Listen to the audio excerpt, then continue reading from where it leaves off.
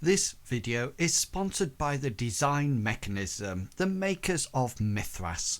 Mythras is a registered trademark of the Design Mechanism Inc., used with permission. All rights reserved.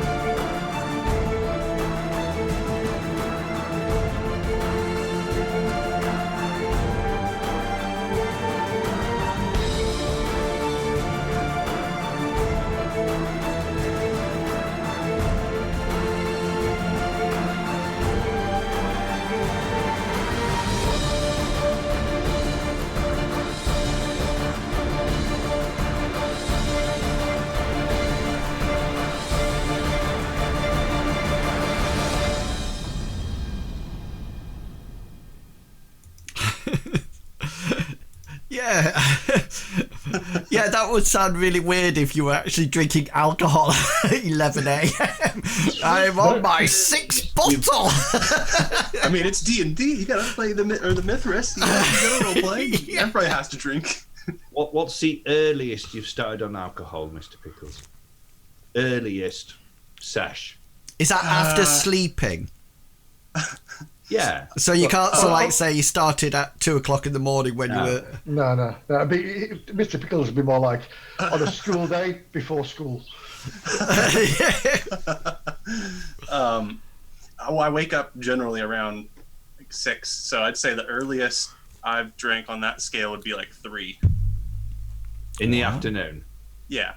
Ah, that's not bad. That's not bad at all. Not great. I feel like an alcoholic. You need to drink in order to go to work. The salt of the yardarm. Exactly. Well, what do you put on your cornflakes? Baileys? Somebody was saying to me that they had like Coca-Cola on their Cheerios. Oh my god. Oh. I know, but they're like all I could think of, like Polo Mints, like Mentos and Coca-Cola React. I suddenly had a vision of whether or not Cheerios actually react with Coca-Cola or not. I thought, this is strange. Anyway, sounds disgusting. It still sounds disgusting, yeah. Hello, everyone, and welcome back to the Mythras adventure entitled The Dark Tower. And this is part 4 of The Dark Tower. The party found themselves in a rather interesting situation at the end of last week's adventure, with Gulliver's Chuggerworks' character Gulliver having some startling news given to him in a sense of where he has come from and what he is able to achieve. And that's when we stopped the adventure last week. So we'll be picking it up there very shortly. But before we do that, I like to give the players an opportunity to say who they are and who they will be playing this evening. And we go, as always, to Mr. Chuggerwugger to start it off. Hi guys, I'm Chuggerwugger. I play the character Gulliver. He's the youngest member of the party. He's trained as an apprentice sorcerer. He follows the order of the Kraken, which is the blue order on Odis. The spells of the Kraken sorcerers evolve around communication, transportation, and teleportation. Sorcerers can shape their spells to how they see fit, changing various aspects of them, including things like the range, the magnitude, the number of targets that they can affect, or even combining several spells together into a single cast. He also relies on some lesser cantrips. They're based on the folk magic school of the spellcasting in Mythras. He refers to them as his cantrips. They're nowhere near as powerful as the sorcery spells, but yeah, he also has those. And I shall pass on to Longshanks. Thank you very much, Mr. Chugawugga. Hi guys, I'm Longshank CPG. And tonight, as always, I'm playing the fabled character Hengist to continue his saga of generally being awesome. He's a warrior from across the land, clad out in heavy plate armor, which is enameled in green and has got the rearing white horse crest from his family, which isn't recognized over here, but he still wears it proudly because it's a semblance of who he is and where he came from. He fights with either a sword and shield combo, or he's now trialing to use his sword in a two-handed way, which worked very well when he managed to shatter and sunder the tree man, or tree troll, or tree thing. It was made out of wood and it looked like a man, so he's calling it a tree thing or tree man. He managed to do some pretty decent damage to that, broke its leg, almost got it in the face, I think, once or twice, saving Gulliver's life in the process, or he likes to think so, but maybe not. And he's now a noble in the House Galot in Lindo, which is the city of Nodist, where we are mainly based. And he's slowly trying to do things with House Galot, but the most recent thing he did with House Galot ended up with the patriarch of House Galot getting brutally and rather slowly murdered by a group of assassinated. Yeah. But Hengist doesn't like to think or talk about that. And you've got a mystery admirer as well who keeps sending you petals through the post. It's some sort of blue violety type flower, isn't it? Yeah. So yeah, he'll be exploring that when they get back to Lindo after the current quest in the big, dark, scary tower. And I will stop rambling and pass it on to Medivac. Why, thank you. I think those blue flowers are laced with poison, you know. Small doses. And they will take effect now. I'm Medivac and I play Hazra Khan. He's a nomad from the northern steppes of Rhodes. He is the group's tracker, forager, scout. He's recently learning about reading track signs in the forest of the Brotherhood that is joined, so that will come in useful when they're traveling through the wilderness. He's the cook. He joined the group a while ago while helping out Count Bastian in Lindo, and since then he's proved himself pretty much invaluable now. He's been saved a lot by Mr. Bartleby. Gulliver has given him the willies a lot by teleporting him around, which he does not like. Hengist, he holds Hengist in a type of awe, but he still can't get over why he wears so much metal. He doesn't like being in cities or enclosed places. He lives in the wood. Every time he goes to the city, it's very uncomfortable for him. And with that, I shall pass on to Mr. Pickles.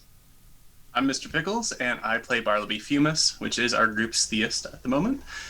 He worships Amriel, which is one of the twin moon gods, or goddess in her case. And through her, he's able to work miracles that are generally protection, cleansing, curing, fixing, helping. He's a healer mostly.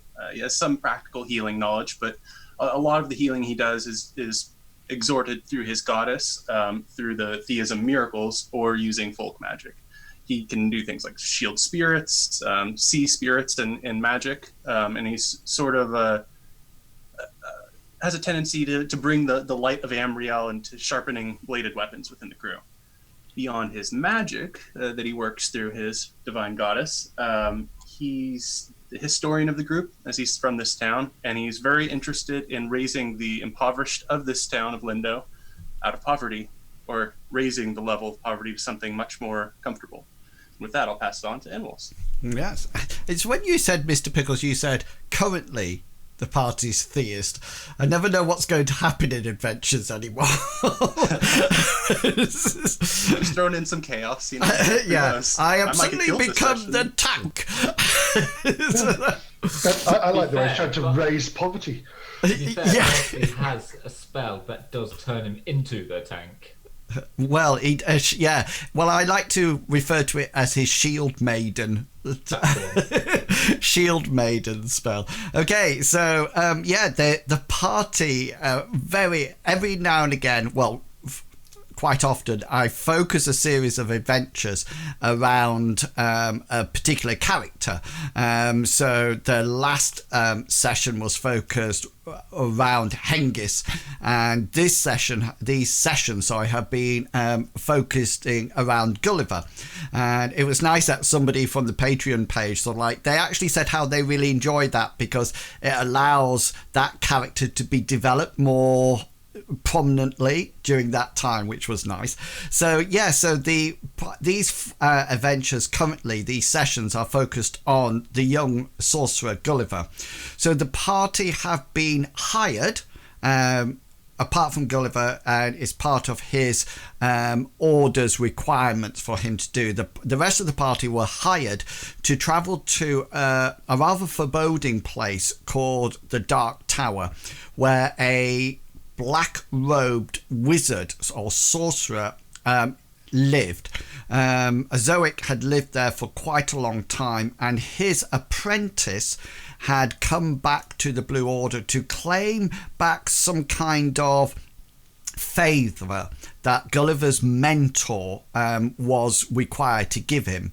And in exchange for that, the party were hired to go off to the Dark Tower. They were ported to the property of the Blue Order's boat called the Kraken, into a portal there, and they fought harpies off and then rowed in a roundabout way, if I seem to remember, to the pier, and then climbed up the almost vertical cliff face to the top, and they entered the Dark Tower. The Dark Tower had strange things happening within it. People frequently heard tapping noises coming from nowhere. They heard scuttering of loads of insect feet, and they eventually discovered that this was a swarm of what appeared to be quite big beetles.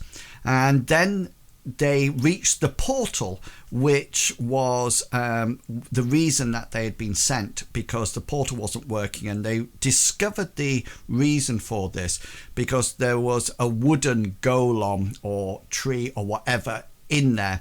It was actually protected by some magic which Gulliver neutralized, which then released the wood golem, which has started to attack. And the party, just as Hengist described, quickly got rid of it and shattered it and cut off its legs, etc., etc. But this wasn't the startling thing about the session.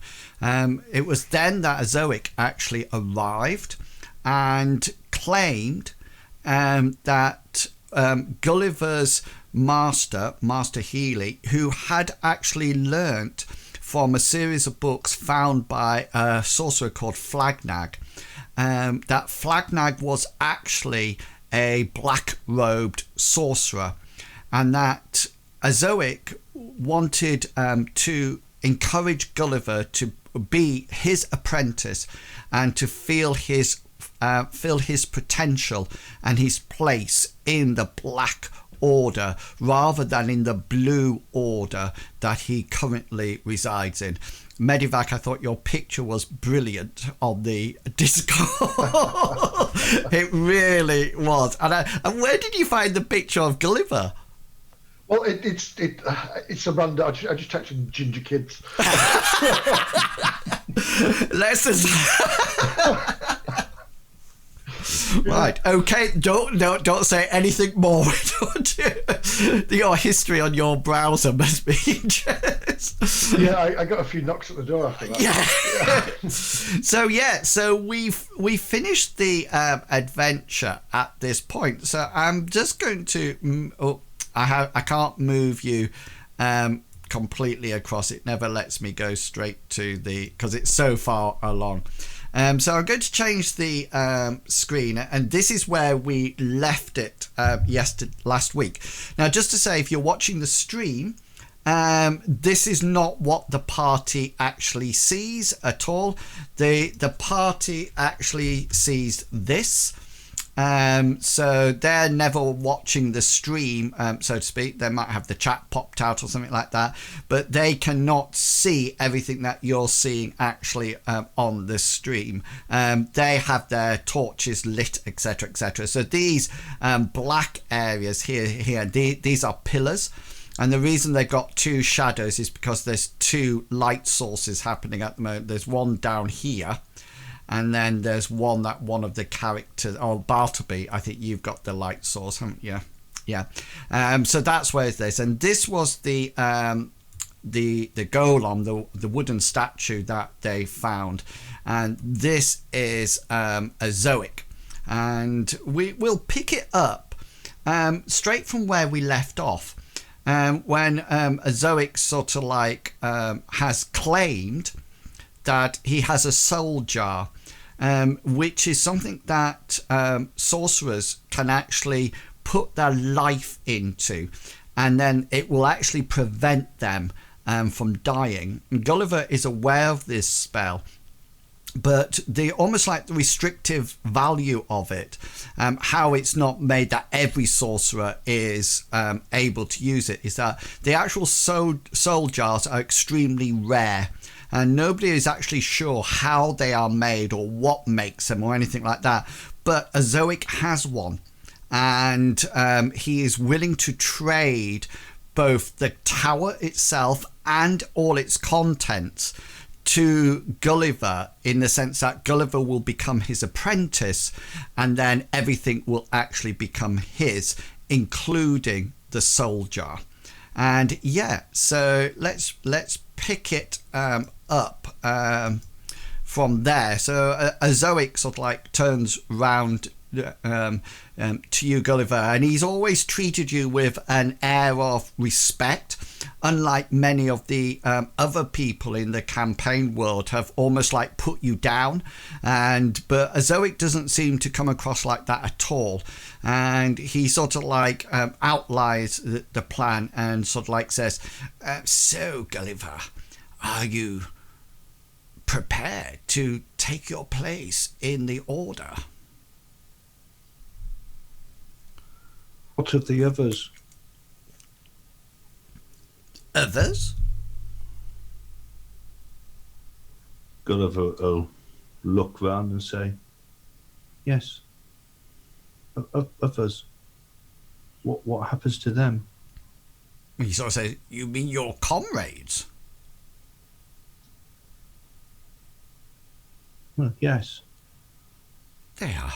I wish them no harm. You have to believe and understand, Gulliver, that us black-robed sorcerers are not the evil incarnate that other people think. We just have, shall we say, different ways of achieving our aims. And what of the portal? Yes, the portal. Well, I would appreciate it if you decide to go back, because if you are joining me here, then all this belongs to you. You know, it is your destiny, your inheritance. The portal will remain, shall we say, indisposed. I am not keen to allow my previous apprentice to return after we left in quite, shall we say, unpleasant circumstances.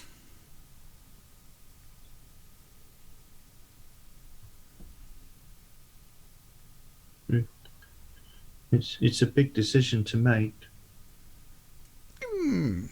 I can understand. But when the decision is right, then, of course, the decision is made easier. And he sort of like gesticulates around the tower. And all this, Gulliver, would be yours. All of it. The tower, the island, all the secrets. Because should I say, we, still house the original scrolls of Flagnag.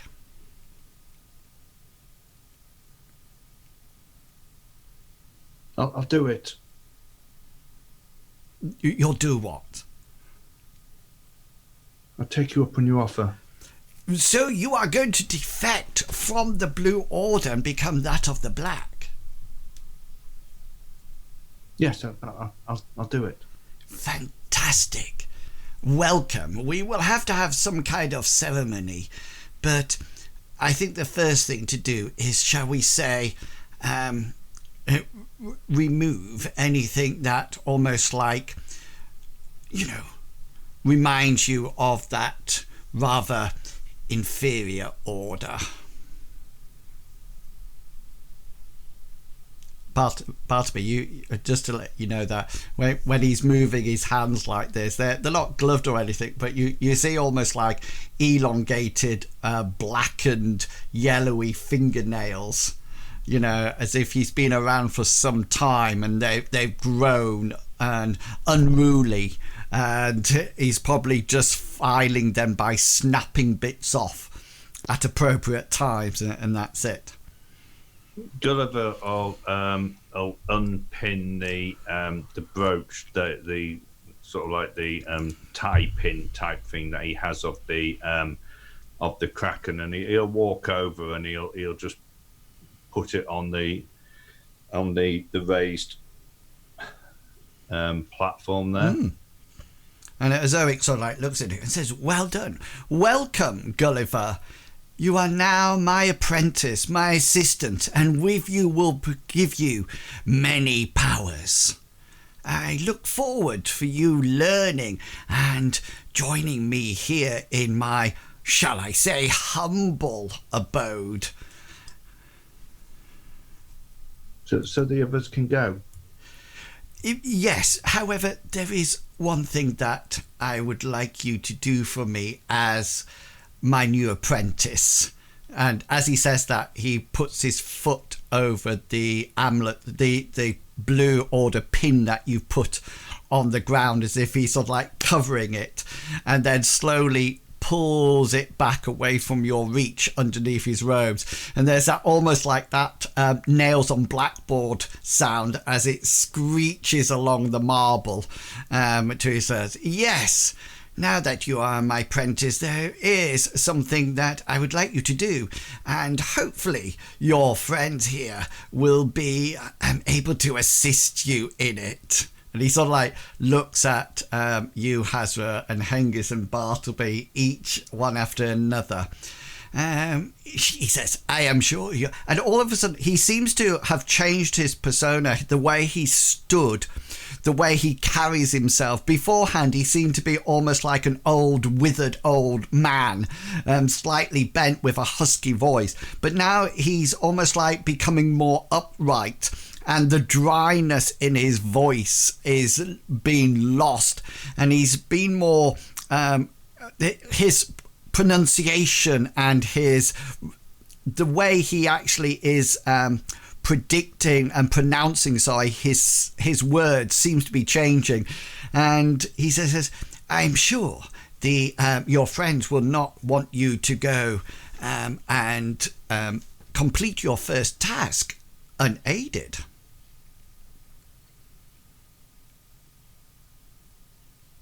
Of course not, no. We'll stick by Gulliver's side for as long as we can. But we value his company. Well spoken. Well spoken. You have really good friends with you, Gulliver. Very good friends. Shall we... he says, let's see. And he looks around and then he sort of like says, "Oh, why not?" And he perches himself on the edge of the platform. He just sort of like moves himself over and sort of like sits down.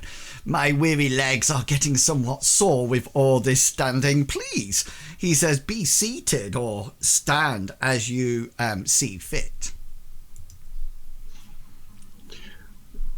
Gulliver will go and stand next to him, looking out towards the others.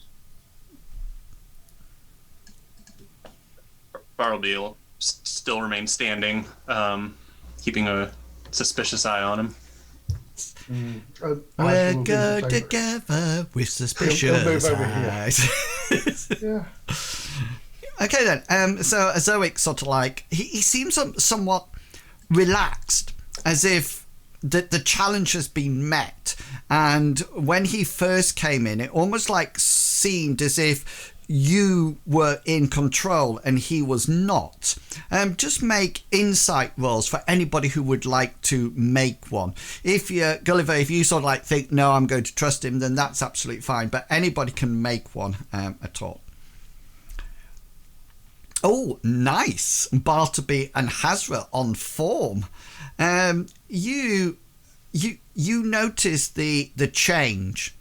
You think now that Azoic feels more in control. When he first came in, you think he didn't know what to expect, and he had no power over the party at all. And you now think he probably purposefully made himself feel old and frail in order that you presented him with some kind of sympathy and some kind of almost like, oh, poor old man.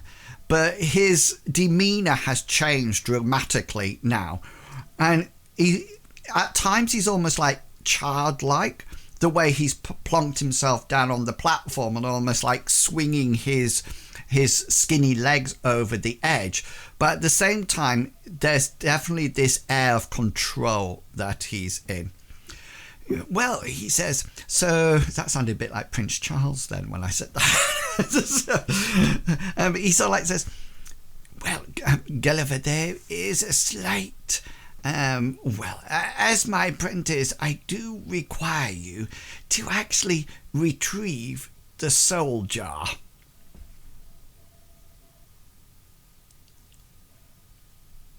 Did you have the soul jar? Oh yes, the soul jar is actually in this building. It is on the floor below rather than the floor above. The floor with the beetles? Well, yes. The beetles have been some kind of an unfortunate accident. Not exactly what I was thinking about, but yes, they have become somewhat of a, shall we say, pain. They are generally stopped by the heavy curtains around this tower, or doors. They can probably keep them at bay. They're not very good at climbing stairs either. I found that this area is rather shut off for them. But yes, they do obviously have free reign throughout the tower. They tend not to go up the tower, although they have a tendency of falling downstairs. And yes, anyway, yes, unfortunate that. You might have noticed, and he gesticulates to the golem, the wooden man on the portal. He said, yes, this is my creation. I live here with my family, as I call them, my golems. They can follow very simple orders, like bring this or get that, or it's almost like company. And as he says that, Gulliver, he reaches out what appears to be almost like a withered hand and sort of like goes on your shoulder, and he says, although I have you for company now, Gulliver. And he says, yes, so I have, or should I say had, quite a few golems that I had created. You understand that this was of course limited by the amount of wood I had in the tower, and of course, as you can imagine, no trees grow outside. But there was an unfortunate side effect when I created the golems. It was not known to me at that time that the wood was infested. I think people normally call it woodworm, although this is a highly inaccurate terminology to use, because they're not worms at all. They are larvae of the deathwatch beetle. Are you aware of the deathwatch beetle? And Bartleby, you can roll law, and Hazra, you can roll nature. Gulliver will just say, no. I'd like to use a point of luck to reroll that if I can. Go for it. Oh, Hazra's on. That's 2 crits in a row, nearly. I know everything. Just to let you know that when you chuck your spear later on, you go like that. It's going to go. Okay, then. So Hazra and Bartleby, you have both heard of Deathwatch beetle. It is the common name of the beetle that puts larvae into wood. That is known as woodworm. They're actually called Deathwatch beetles because they tend to make a tapping noise in wood that almost like makes it feel as if death is knocking at the door, and hence they sort of like got this name of Deathwatch beetles. And Hazra, you suddenly relate it back to the pier, when you remember that it was all almost like some kind of rotting away and things like that. And it's quite obvious that the whole area is the wood was infested. Yes, Azoic continues. Yes, and when I used the wood for the golems, I unfortunately, magicked the larvae as well, which had 2 effects. The first effect meant that the beetles got somewhat bigger and started to, shall we say, ignore the social distancing laws and got a lot closer. And they seem to be going around as some kind of swarm at the moment. However, there was another issue. It almost had a negative impact on the golems themselves. It drove them, shall we say, wild. They lost their understanding of my commands and started to almost like wreak havoc by themselves. Luckily, I was able to trap them in the catacombs below this floor. Unfortunately, that is where the soul jar is as well. And obviously, Gulliver, I hope you understand that both from my point of view and your future, it is rather important that we get that soul jar back undamaged, he puts in at the last moment.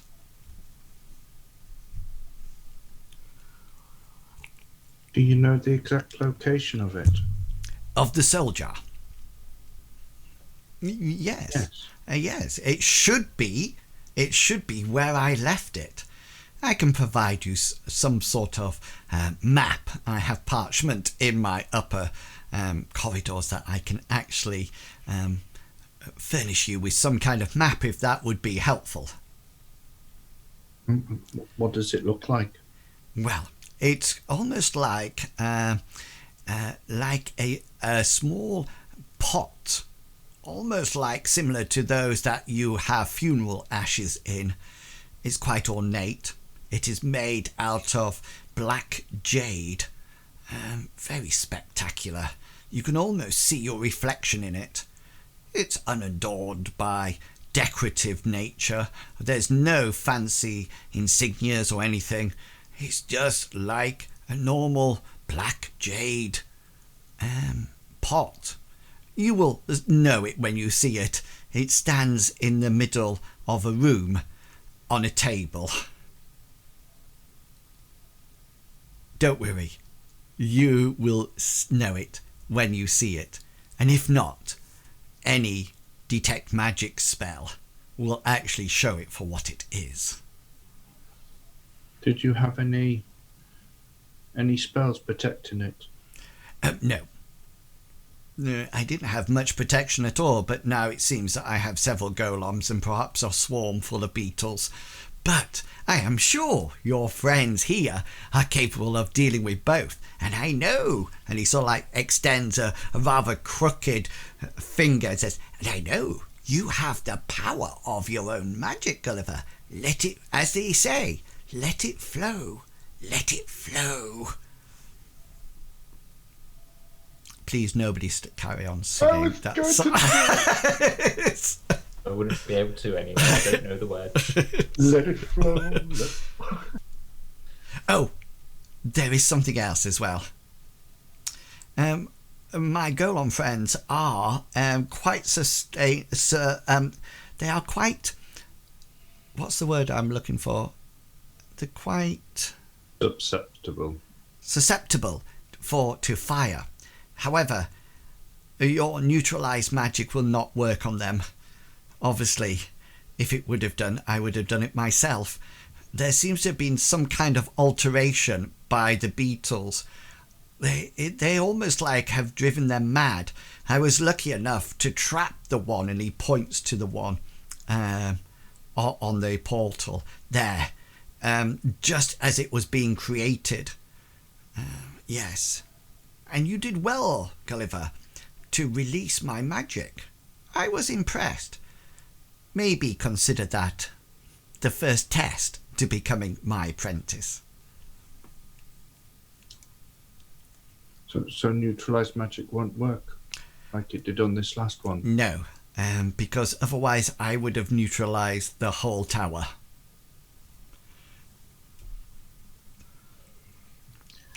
Well, it's good we have a goddess's light on our side.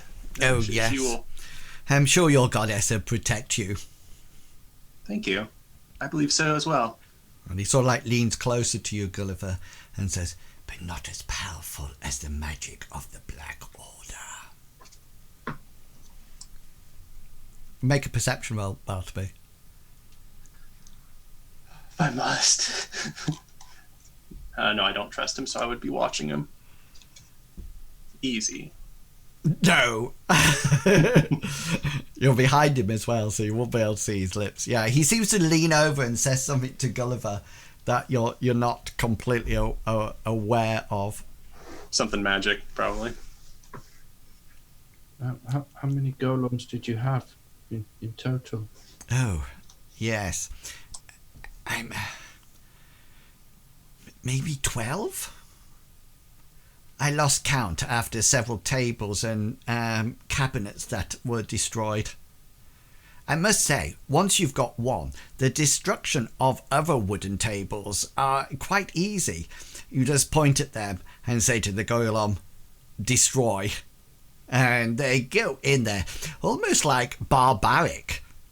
Almost as if they're, bashing their own king to bits. King as in K-I-N, not with an G on the end. Very pleasant it was to see. Splinters going everywhere.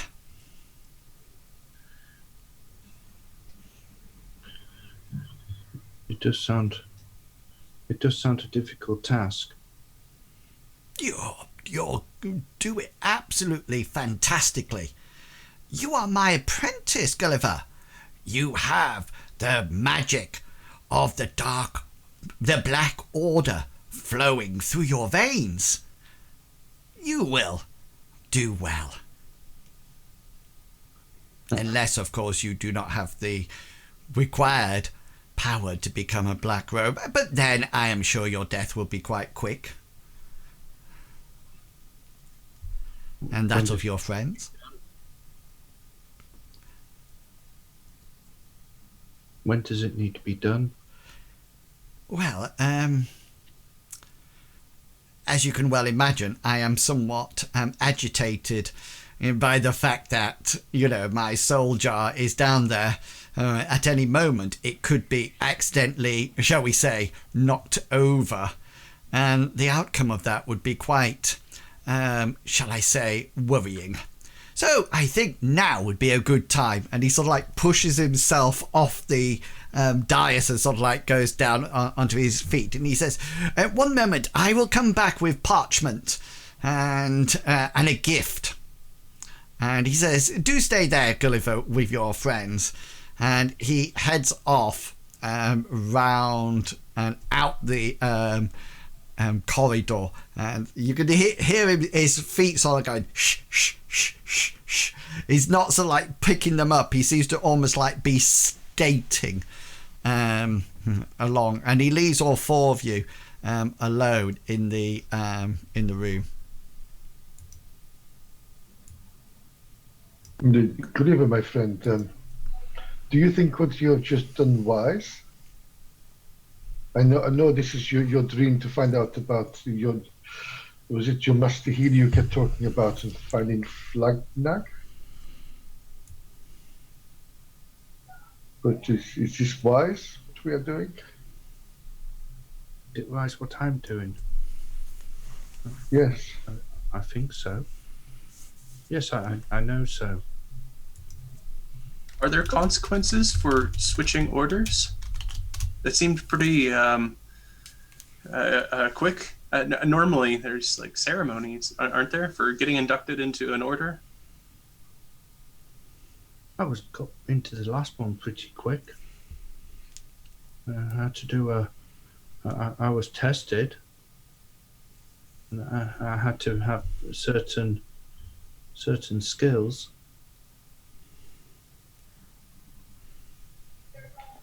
So there's no punishment for switching to a new order, just kind of like if you could pass the test, they'll take you in, or.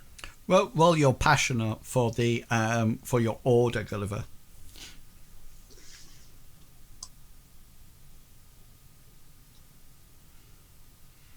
Oh, nice. You don't think there's any punishment for it? Sometimes it's might be frowned upon, but the orders promote freedom of speech, and you can actually swap orders anytime you wish. However, once you've left an order, orders tend not to welcome you back. They would then consider you maybe as some kind of spy, for want of a better word, some kind of double agent. So people do change orders, but because the sorcerers understand that the first order choice may not fit people's philosophies and values.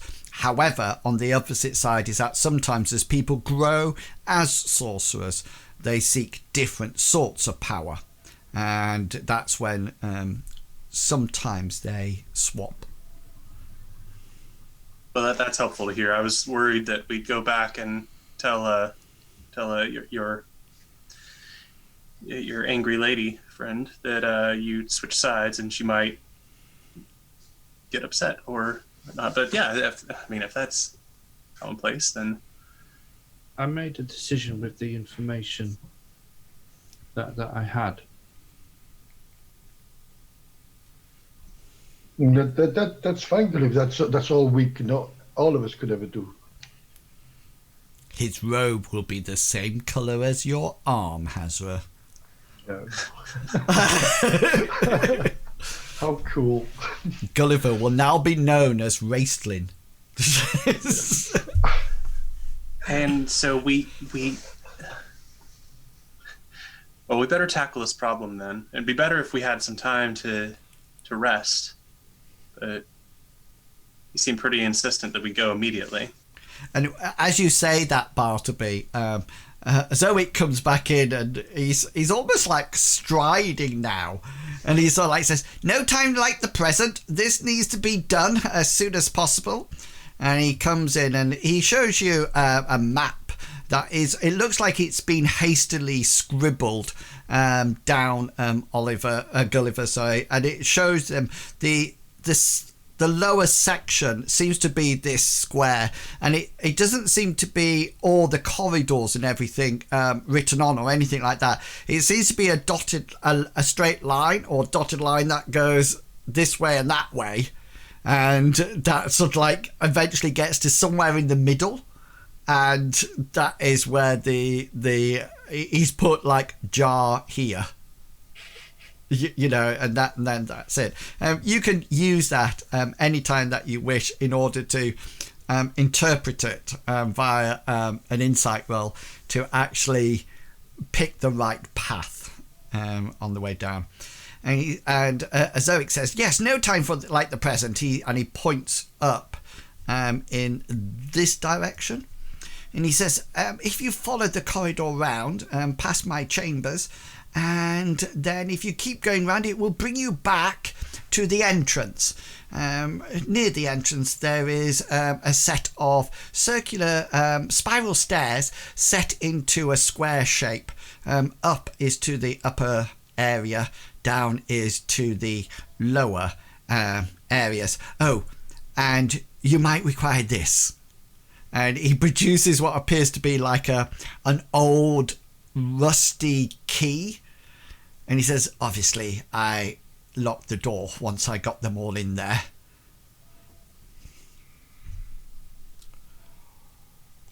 They're all in one place. Oh yes, I didn't want them walking around our tower, Gulliver. And the soldiers, we have to go through that room. We have to get to the room in order to find the jar, yes.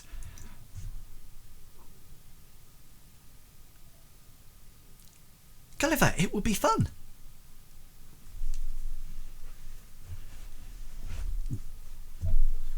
Yes. Fun. Excellent. Okay then. So, yes, are you ready to depart? Oh, he says one more thing. He says, don't worry about torches. He says it is magically lit down there. Obviously, I didn't want people creeping around there in the dark. It is magically lit, so you should be able to see what's going on and what's coming towards you. But yes, so it might, unless you want to take torches with you, that would be up to you. But I wanted you to be aware. No, we're... Oh, something else, sorry. I wouldn't lock the door behind you. Oh, no. On second thought, best to lock it, just in case you, for some unknown reason, fail. I wouldn't want the Golems coming after me. You understand that, of course, Gulliver, me being your master, yes. Yes, I understand. Okay then, so are we ready? Hazra and Bartleby, you're actually completely shocked from your insight rolls beforehand of the change of this character. Somebody who, every time you meet him, he seems to change somewhat. He, not in his necessarily his appearance, but how he conducts himself, how he's talking, as if he's just going like getting more and more confident, as if he realizes that the control is going more and more to him now, rather than in the beginning it was very much one-sided to you. A lot more vitality. Yeah, loads more. You even notice that, you know, when he walks in, he's not shuffling. He's almost like striding. And he sort of like, he's not bent over. The husky voice has gone. He could probably be any age at all. You're not too sure. Because remember, a soldier will keep people alive forever. Until it's broken or they go out of range of it. But this is the this is definitely doesn't seem to be the same humble, frail, broken, black-robed sorcerer that you first met. He is changing all the time. And he sort of like signals. He said, "Shall we go round?" Yes. I suppose we should.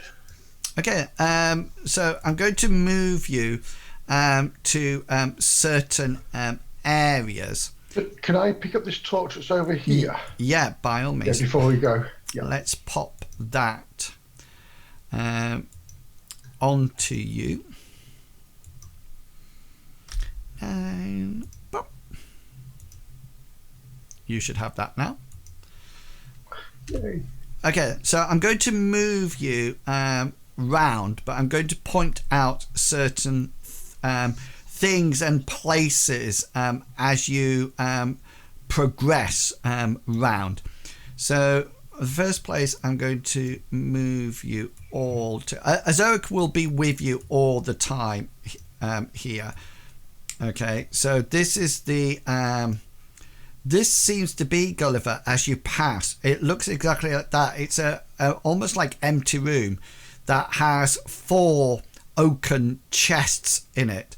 The interesting thing about these, they're like metal bound, and they're still intact. And Azoic says, as he passes this room, he sort of like points in and says, "Oh, this treasure will be yours, Gulliver. As my apprentice, you will share anything after my demise."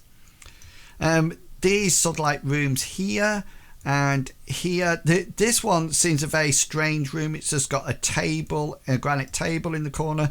It might have had a chair in there as well, which was wooden, but it can no longer be seen. And this looks like some kind of storeroom that has barrels in, etc. As you move down here,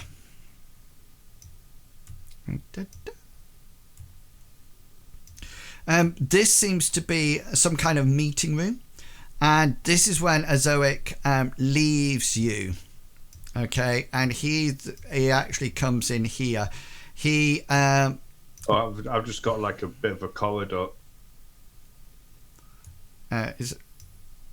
See it now? Oh, there we go. Yeah. So this is a room. This is simply some kind of room, and this room here has his bed in it, and he sort of like says to you, "Now follow the corridor round, and you will find the staircase going down on your right." And you can organize yourself into marching order in a second. So you get to this point. Okay, and you notice at this point that this is a set of stairs going up here. Can you see that? Sorry, going down to the floor. And you think, so this part that you're actually on is raised up. And you think that is probably why the beetles haven't come this way, because they would have to navigate up those stairs. Which they might have found difficult. Just some other things that you can catch as you go around. You can see a bit into this room. Okay, that seems to be some kind of storeroom, but it's full of crates that have been broken into or broken up. And it seems to be probably the major wood source for Azoic's experiments. This is a very interesting corridor, if you can see it, because the first thing that you should realize is that the floor type changes, and you can you look down there, it looks a narrow corridor. It doesn't look so prestige and sort of like noble as the rest of the place. And Hengist, you sort of like judge it as probably some kind of servants' quarters. You know, as if down that corridor there might be where the servants... or the servants. Yeah, and probably that's why there's a change in floor covering. And yeah, and so you can see that the corridor progresses. And from where you are, you probably estimate that about there, just out of your light range, is probably where the stairs would be. You know from your general feeling and direction sense that the entrance is probably down here somewhere. So it's interesting that you went one way, but if you had gone the other way, the whole what happened would have been different at this point, which I think is interesting. Okay, yeah. So you're on this this platform. What's going to be the plan? Hengist, you're in the lead. Mm-hmm. Gulliver's going to say, I'm sorry I got you all into this. Don't apologise, Gulliver. Not a problem, Gully. Hengist says through gritted teeth. Beetles. No problem at all, Gulliver. It's something that you've set your heart upon, so we'll support you in any way we can to enable you to realise your dream. Yeah. I'm not going to be all that much use to you down here. I've got maybe a single cantrip left. I'm sure you'll be useful, Gulliver. You've never not been. Oh. I'm sure, Gully, if you find some stones on the floor, I know you're good at throwing them, so maybe. I've got my dagger. Wonderful. They've only Understand. beetles. At that point, Hengist will start walking down the stairs, looking carefully, with the sword drawn in one hand, ready to look at beetles and panic. Okay. As he walks down the corridor towards where the stairs should be. Right. So if everybody like to move yourself to where you are at. Do you want to swap places, Bartleby, with me? Because you've got a light source, haven't you? And I can bring up the rear. Oh! my theory is the fact that I can get away faster. We know. I would like to be able to grab Hengist's shoulder and bless him before to get him to stop screaming when the beetles show up. Yeah, beetles. Okay, so is this the order that we're going in? Yeah. Yeah. Okay. So Bartleby has a torch, and Hazra, you have a torch, don't you? Yeah. So, did you say you wanted to spell cast? Not yet. Not yet. So this corridor here is where you assume, if Azoic has been telling you the truth, is where the entrance to the to go down the stairs to the lower level will be. Okay. Hengist is just going to be walking towards where the stairs should be, and he won't stop until he gets to the top of the stairs where they go up and down. Okay. Rest of you like to move yourself to where you want to be. So you can now see the actual staircase, and I'm just going to stop you. Just hang on a minute. I'm just going to stop you. Thank you. There, and you can see here is a set of stairs that's going down. It goes down one way and up the other way, so it goes up and down, and it's when you get to this point that you need to make a perception roll for me. Everybody, or yes, please. Hengist made a perception roll. Fantastic. Yeah. Gulliver does, Hazra does, Barter, you all make it. Yes. So it must be a loud noise. Screenshot or it didn't happen. Yeah, definitely screenshot it now.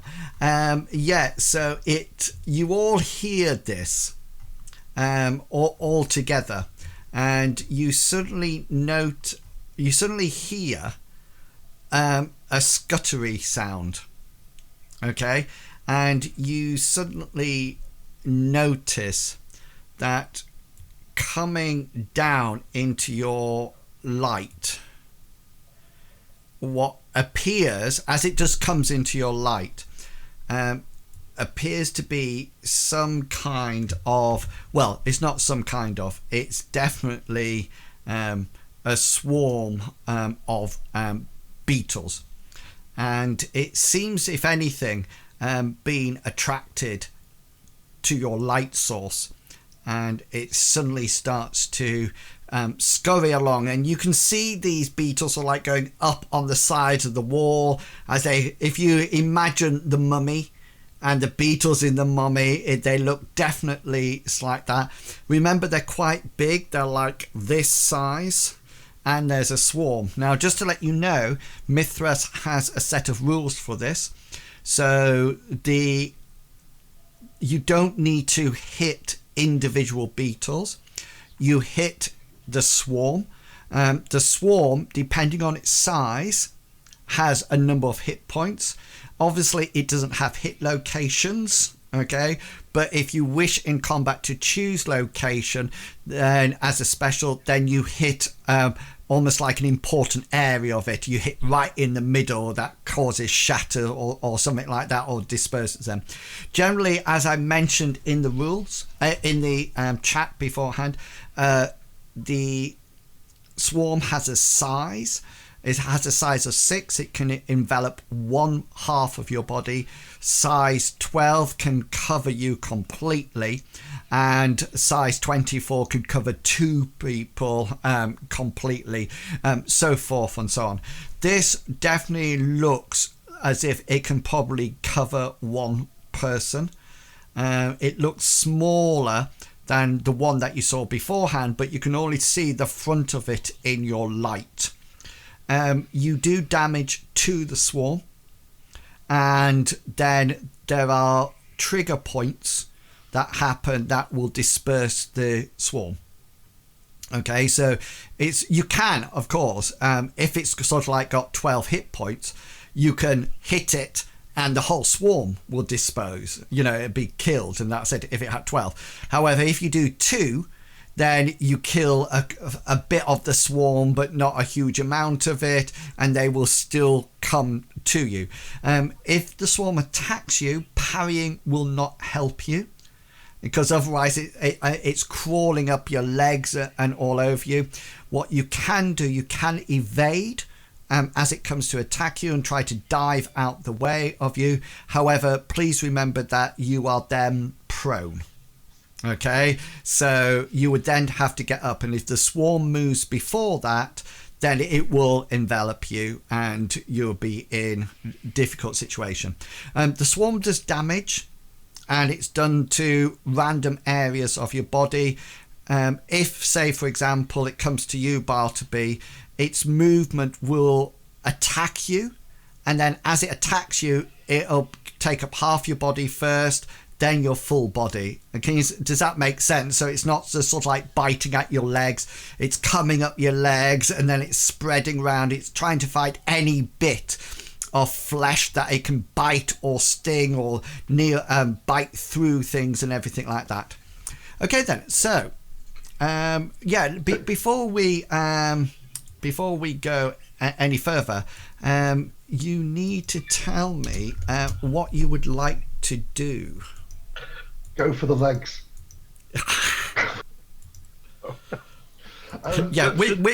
There's several thousand. Choose hit location, legs, please. Just go for out his giant magnifying glass. That's right. Get the torch. Azure would like to use a free action to shout, "Run for the stairs up."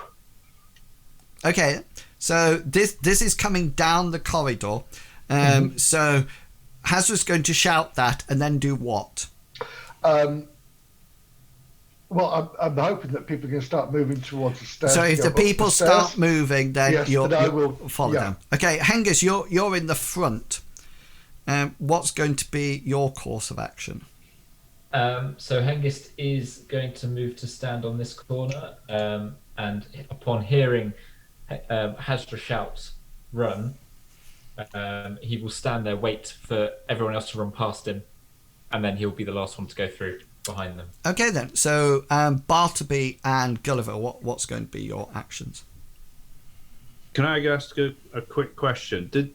These are acting differently from the last lot that we met? The last lot seemed to go away from the light rather than being attracted to it. Is that correct? Well, the last time last lot where we chucked a torch, and when the light came into the room, they all sort of like scuttled away from it. Yeah, when you chucked a torch, yeah. But you could also, and I'll give you this for nothing.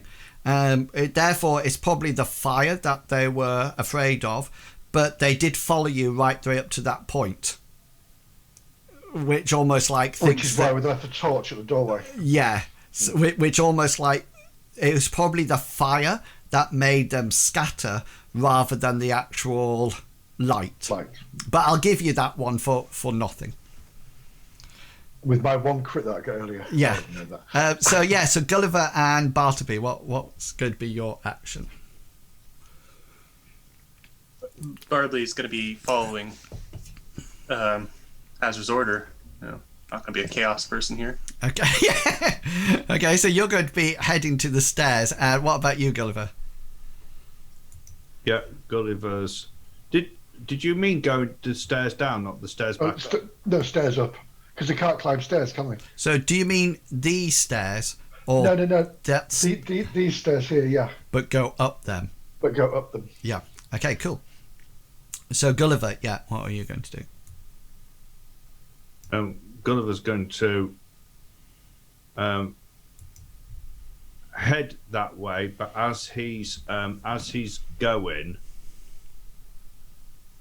he's going to say, Go down. We can use the door to stop them. Okay, so Gulliver heads around there. So this is happening. Can you now roll for me, please, your initiatives?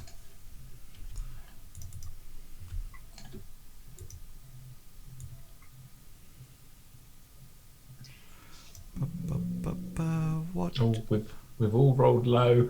My worst roll possible for initiative. Oh, there. nice! Oh, sorry. All rolled really low. I like. Oh, I didn't select my token. Sorry, I rolled 12. that's all right. I can add it on. It's not a problem.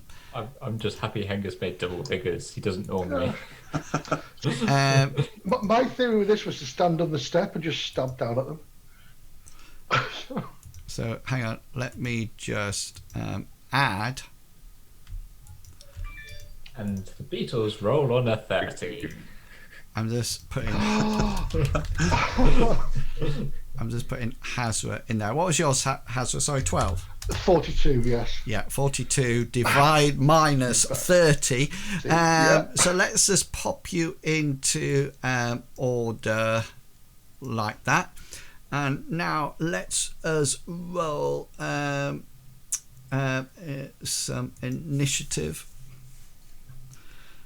They get a 7. They actually have no initiative bonus. So they're just rolling the 1d10. Although, if they had rolled a 10, Bartleby, they would have been happening at the same time as you. Okay then, so Gulliver and Hazra and Gulliver passes you, Hengist. Hazra passes you, Bartleby passes you, and as you're sort of like stood there and they're all passing you, of course, this swarm gets to you, and we are now in combat with each other. So you, as the swarms go, you can hear your friends going behind you, and you hear Hazra saying, "Go up the stairs," and Gulliver saying, "No, go down the stairs." And Bartleby's just sort of like running as this swarm sort of like congregates at round your feet, almost like encircling your feet, etc. What would you like to do? You can attack it if you wish. Yeah, Hengist is going to swing at it with his sword. He knows it's not going to do much damage because it's a sword against a couple of well, what you'll probably do is switch it to side and use it like a sweeping action. Just so you know, Hengist, as this swarm comes through, you notice that behind it there is it's not stopped. Imagine that each one of these 2 meters is probably size 12, so it can engulf a human at this point. Yeah, so roll away. Does the size of the person affect the swarm size? It doesn't go into that much detail. So it's an 11 on a 62. Oh, that is nice. That's a nice one. Let me just Okay then. So what you need to do is roll. Yeah. Now you can use a special if you wish. Or you can any special you want, or you can forego the special and just do damage. It's up to you. No, he's going to forego the special. I'll just go straight to damage. Okay then. I can't think of any specials that would be appropriate. Okay then. 11 points of damage. Yeah, so you sort of like sweep round this creature with all its hit points, etc., and you do a massive sweep round of it, and you scatter the majority of it. You even sort of like manage to get a bit of them caught underneath your blade and sort of like scythe it across. You can imagine now the size of this swarm in front of you is 12, and that's its hit points. So you've done 11 points of damage to it. So there's only sort of like one sort of point of the swarm sort of like still around, which means, and I know this sounds really strange, but it means I have to roll my willpower now. Yeah, and though you sort of like whack it and it scatters all over the place, and that swarm sort of like decides to sort of like go off in other directions and go behind and then join the bigger swarm. Yeah, or they're sort of like scurrying past, but they don't seem to be interested in you. Yes, Darth, you can stamp on it. You will then roll unarmed combat and do normal foot damage to it. So this happens up at the front. The 2 points, or the 1 point that was left, they're not attacking you because obviously you've taken it out. But this other one, the rest of them are still moving up, and will probably get to you, in the next turn. So Bartleby, you're at good attack, Hengist, they're saying. That sword's a lot better. It's worked for once. Yeah, it's much better too. Rolls like 3 or 4. So one off max damage as well. So Bartleby, you get to the stairs first. You've had conflicting comments to you, and you're in the lead. So Hazra has told you to go up, but then after Hazra said that, Gulliver's said go down, and we can lock them behind the door. So what would you like to do? I like both ideas, so I'm going to split the difference. Bartleby is going to go in, and he's going to try and go sort of up the stairs to make room for the rest of the party to come into the stairwell area. Got ya. So you can sort of like go up to that, which allows room up. Gulliver, you're up next. Seeing if Gulliver sees that Bartleby's going up the stairs, he will attempt to go up as well. Okay, and so Bartleby's actually stood there, so you've got a choice. You can you've probably got enough movement to move through him, because you can move through a friendly target, or you can stand on the hallway there. Does it look like Bartleby is going up the stairs? No, I think, you can see Mr. Pickles shaking his head. It looks as if he's stood on the thing. He's turned, and he's probably turned to face the corridor now. So as you're moving towards him, he's not running up the stairs. He's turned and on, almost like, gesturing, or sort of like, it looks like. Okay, he's got the torch. And Bartleby has a torch, and Hazra has the Okay, so Gulliver will snatch the torch off Bartleby and start heading down. Okay. Bartleby, do you wish to resist that in any sense? No, I'll pass off the torch. I still have my walking club, so. Okay, so Gulliver heads down the stairs. Hazra, you will get to this point. And you can see Gulliver's gone down. Bartleby is stood in, looking at the landing and almost like gesturing down. You can see that Gulliver's probably run down there, probably trying to fish out a key at this point. You notice that Gulliver's taken Bartleby's torch and is actually going down rather than up. What would you like to do? Well, I was hoping after all this to drop my torch here, but it's not going to happen. So, you can give your torch to Bartleby if you wish. Yes, I will pass my torch to Bartleby. Okay then. So it's like a parcel, isn't it? it is. Take the wrapper off. And when and when the music stops, whoever's going. What's that? Oh no, there's a game. Oh no, it's what's that game, Chugga-Wugga, that we play at Christmas when you have to pass something round? It's a pass a parcel. No. There's hot potato. Is it a grenade? Is it the shitting dog? No, it's something that you pass round. Baby with the dirty nappy. And then it's a little sort of like game, and then whoever's holding it, all of a sudden something pops out, and they're out. No, isn't it? Is it a pig that makes a stupid noise or something? It's something like that, and it just like have to throw it around here. Okay then, so those are your move. Hengist, this swarm of beetles are moving towards you. What's going to be your plan? So now that everyone's gone behind me, Hengist is going to be turning sharpish and moving towards the stairs. Quick smart. Okay, He's so turn and run to the stairs, basically. Okay then, so you run towards the stairs, and as you run, you probably can't see this now because you're coming around the other way, but you.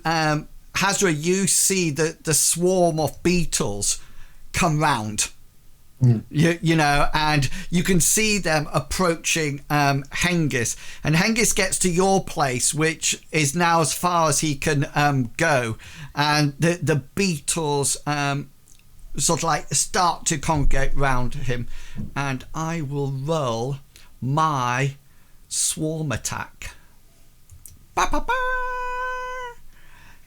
76, and they sort of like try to they're getting closer and closer, and they're sort of like slipping on your armor, Hengist, and they can't seem to get purchased to sort of like crawl up it, and they're sort of like congregating. Hazra, you can see them, you know, if any gets past Hengist, they're coming for you because you're on the same level at the moment. Okay, so has anybody else got any more actions in that left in round one? The swarm is out of action, so if anybody had 3 actions, now is the time that you can actually use them. I do have an action, but there's really nothing that Hazra can do because he can't get past Hengist, and he doesn't want to go down the stairs without. Yeah, so you can't. Yeah, because normally you would be able to go through friendly tokens, but It's that stairs, would lead. Well, Hengist would lead you into the swarm. You can bypass Gulliver, and you can bypass Bartleby if you wish, because you can you can move through them, and there's still room at either side, or you can stay where you are. I will stay where I am. Okay. Anybody else got another action? Hengist does, but I don't know if Gulliver will probably go first if he's got an action. Yeah, I'll go first because I'm first on the initiative. Yeah. Gulliver's going to continue going down the stairs, fishing the key out of his pocket and looking for this door. Okay, so you sort of like head down. That's a good point, actually. So Gulliver would have gone first. So Hazra, you can change your action if you still got an action point at this moment, which you probably have if you got 3 actions. Do you have 3 actions? I'm muted. I do have 3 actions, but I don't want to leave Hengist alone up here. Okay, then. So you just go and keep the action where it is. Yeah. Okay, then. So Hengist, do you have another action left? Hengist has 1 action left. I know I've got my back to the swarm, but what I was hoping to do was to turn in a turning sweeping motion attack the swarm. If possible. Well, if not, he'll just turn around. Yeah. So you, because you were running towards Bartleby, so you probably see Hazra or Bartleby's look on their face and sort of like turn round and see the swarm there. You can attack it if you wish, but it will be a hard roll. Yeah, that's fine. Hengist will give it a go. He will turn, and as he gets to the doorway, seeing he's got nowhere to go, seeing the horror on his friend's face, and various things sort of clipping at your boots. Yeah, he will try and do a turning sweep.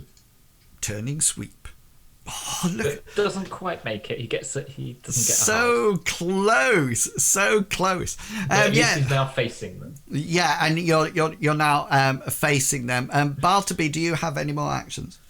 No. Okay then. No. So we'll refresh actions then and go on to 2.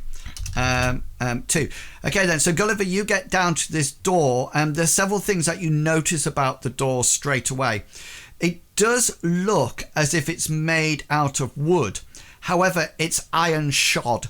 There's huge, massive bars going round the edge of them. It looks as if the actual iron goes completely over the edges of the door. And there's huge bands of iron as well. To you, you've got light in any case, but to you, it looks more like an iron door with bits of wood in it, rather than a wooden door with bits of iron on it. And you can also see that there is a keyhole there. Okay, so he's going to try to get the key in to open the door. Yeah, so the key goes in quite well. There's not an issue. Do you wish to unlock it? Yeah. Okay, just make me a brawn roll, please. It's an easy brawn roll.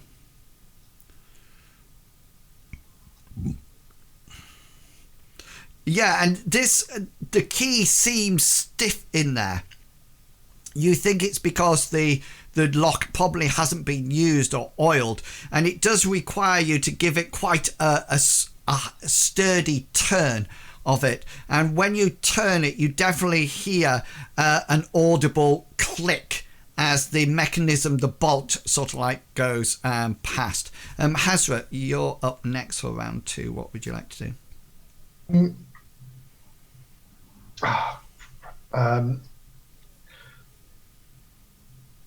I'm good. I'm not going to do any. I'm just going to wait for this. So I'll dither. Dither. Okay. I want to make sure that Mr. Pickles, Mr. Bartleby goes down. Okay then. The stairs. So you probably go down, Mr. Bartleby. Go down. Go down. Hengist, you're up.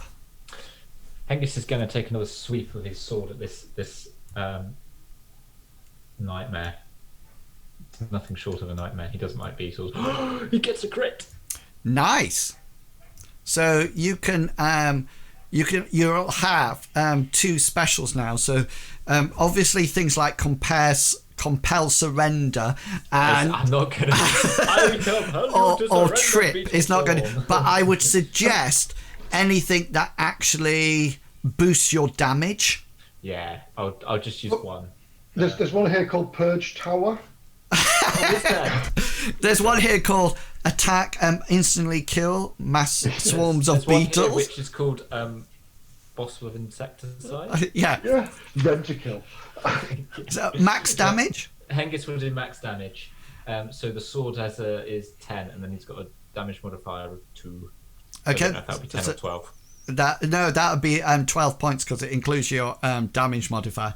So you make another sweep of this and scatter these beetles, deathwatch beetles, on the wall. You probably squash a few of them, or pick them up with the side of the sword and whack them, and you hear carapaces and kite and smash all over the place. And this one sort of like then shatters all over the place. But what you do notice that it is another swarm coming. Or the same swarm, just lots of them. Just back again. Yeah, you figure there was probably 5 or 6 of these in the original room. So Hengist is going to use a free action and say, "Let's move. We haven't got time." Okay, and then on Bartleby, you're on 10. Sorry. Barley is going to try and move past Hazra, which I'm sure he can, and follow after Gulliver. Yeah, so you're going then down the stairs, and this swarm uses its movement to approach and into combat round. And so this will be turn 2 now, because we know that everybody's got 2 points. Yes, Gulliver, what would you like to do? Is the door open or closed? It's closed. Okay, it's closed, but it's not locked. Okay, anymore. so I want to push it. I want to push it open, and get sort of like to the opposite side of it, so that when people are through, I can close it. Okay then. So you're almost like offering the open door for people to go through. Yeah. Yeah, I'm just they're ready, so that. Okay, but are you on the staircase side or are you inside? I'm on the opposite side, so that I'm ready to take it pushes inwards. Yeah, so you'll push it so closed. I pushed it inward, and then I'm stood next to it, ready to push it closed. Got ya. So either before they get through or after they get through, they wouldn't be able to tell. Yeah. Okay then. So Hazra, you see Bartleby go past you. Now, my worrying thing here is that Bartleby's got a torch, and I've still got the torchlight on me. It's all right. I can change. I can change. Oh, no. Oh, Yeah, no. I know. This is what I was just thinking. That's Into nice. the dark. Yeah, that's what I was worried about. And just let's see. Fine, I know they're there. Yeah. Yeah, because Bartleby has got his light on. Has he?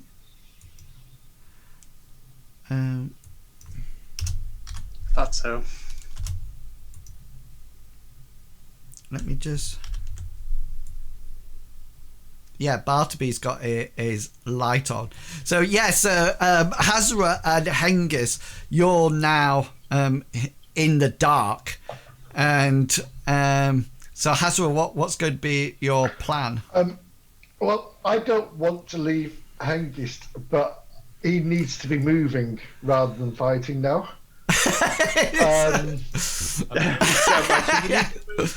A hang list. So, you're in combat though, aren't you now? He's in combat, yeah. So the only way you can move from combat is, well, I'm going to go downstairs. There we go. Solves the problem. You'll be fine. You solved half the problem there, mate. Actually, fine. Right. Okay then. So you're going down. I'm following the light. Yeah. Yes. Okay. So you'll probably move. But are you pushing past Bartleby because he'll be slower than you? No. Okay. So you're sort of like behind Bartleby, going, come on. As you go down, and Hengist, it's your turn. You're now in darkness. You know that the beetles are round about you. What would you like to do? There's only one thing Hengist can do. Oh no, I'm just trying to think of what the best thing to do is actually now. Well, can I say you got two choices? Yeah. You either fight, or you try to withdraw. If you fight and you gain a special, you can use that special. There's a special, I'm sure of it, called withdraw. There is, but I think it's a defensive special only. Yeah, it's only a defensive special. All right. So and then there's slip 3, which you can use if you're being grappled as a defensive critical. I have looked. So what you could probably do is, well, you can try to withdraw in any case. You can disengage from combat, can't you? Yeah, I think that's probably what he'll try to do. He doesn't want to be standing there in the light, in the dark, but fighting. At the same time, if you disengage in combat, then they've got their movement coming up. Yeah, but he's more focused on the light issue at the moment. He doesn't like fighting these things in the darkness on his own. So he's not completely infallible. So yeah, he'll try to disengage from combat, and then if he succeeds, he'll get into the light as quick as he can. Nice. So I'm just trying to remember what it is to disengage. I don't know. I've never done it. Evade against their attack. Yes. Thank you. Evading. Yeah. Okay then. So these therefore my attack roll goes off then as they try to swarm around you. Yeah. So they miss. So as long as you make your evade roll, then you're all right. Ooh. Ooh. Now That's the second time you've had 60 out of 60. Yeah, just to let you know, by the way, if you try to hit in dark conditions like you were, then it would have been Herculean to actually hit them. Okay, that's that's why I wanted to get into the light. You sort of like it's beetles. You sort of like take a step back at a moment of tactical decision, knowing about tactics and stuff like that, and sort of like get back into the light. And you can see, as you get down to the light, you can see you can hear the beetles still coming towards you. Bartleby, what would you like to do? You're up next. I'm continuing along with the group. I'm going through the door if I can make it that far. Okay, yeah. So you can go through the door, and then beetles will move up at the end of that round, but they got no more actions. It's left me in darkness again. Because Bartleby's gone through the door at the bottom of the stairs. Yes, you are now. Good point. You are now in darkness once again. Hazra, I'm going to put you there. I'm going to just put Gulliver and you up there. Because therefore the light doesn't actually shine now. Can you see? Because of the block wall. So just for the party to see, this is what Hazra and Hengist are seeing. Thank you. this is exactly what they're seeing at the moment. Okay then. Do you know, one of the things I really love about this game is that we don't have demi-humans or having things like ultravision and infravision, and I can hear sounds up to 60 foot away or things like that. I think it's much more fun being human. Yeah. You know, and so like limiting. Yeah. Okay then. So I'm out of actions. So there's still another combat turn to go, and Bartleby and Hengist, you still have actions, don't you? It still has action. So, I do too. So both of you. I do too. Right. Okay then. So Gulliver first. What would you like to do? This is combat turn 3, isn't it? Yeah. This is the final.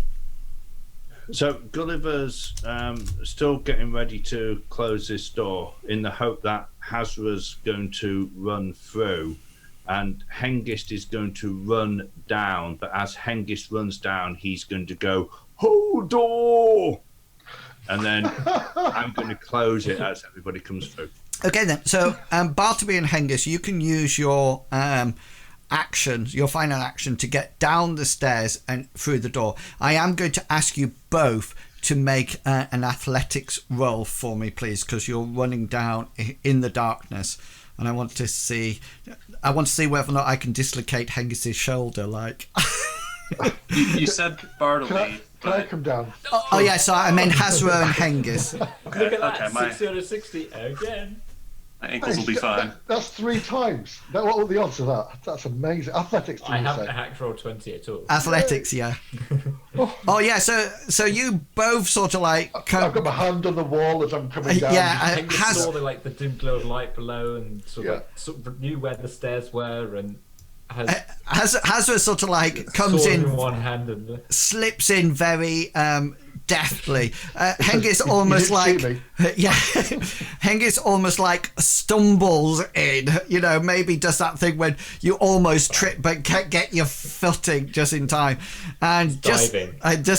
Step, it's a doozy. half dive through the door, and just at that point the swarm is hot on your heels, and all of a sudden then Gulliver just slams the door and locks it, and you find yourselves in the catacombs. And let's take our break there, and then we can come back when and I can show you the map. I have done it. I don't need to draw it. Do you know think that I'm frantically trying to draw it? But then I can move you across, and then you can see where things are, etc. But you do hear, Gulliver, you might have actually caught some of the swarm actually in the door slam. This sort of, like when you kill the aliens and everything like that.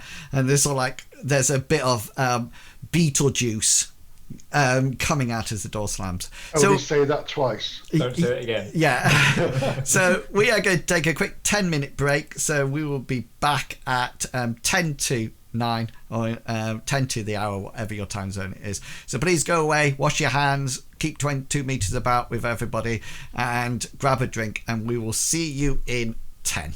See you soon. And hang on, let me do this. Be right back.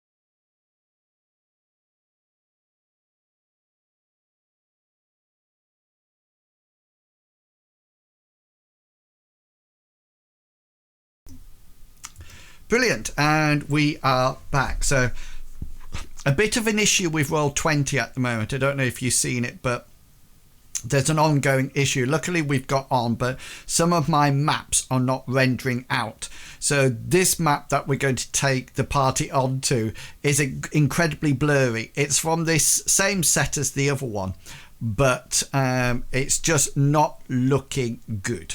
So I'm going to try to reduce it down to the smallest bit that I can in order to see what I can see. So we'll put you on and we'll see what it might look fine to you.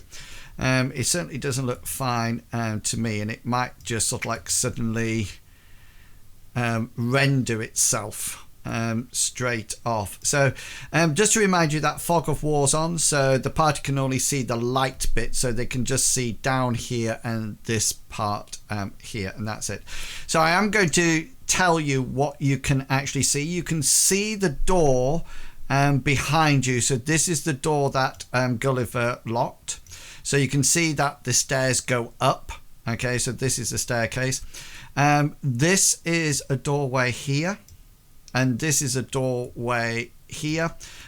This obviously empties out into a larger room. The weird thing about this is that the whole of this floor, from what you can see when you gaze into rooms, etc., looks green. There's almost like a green glow around the whole place. It's as if there's some kind of green fluorescent light on somewhere. And you notice that in the ceiling at various points there seems to be a green glow coming from a stone. None of you have seen this before, and none of you are aware of how it actually happens, but there's definitely this sort of like green glow. So you don't need torches to look around. It's dim light, if I tell you that. It won't affect any rolls at the moment, but it's not the best light, and it's certainly not the best colour of light. It sort of like sheds this green overlay across everything, which is somewhat scary. So yeah, so you've just come down the corridor, and the door's locked behind you. You can hear sort of like as the beetles are on the opposite side, and yeah, we'll take it from you are now in the corridor. What would you like to do?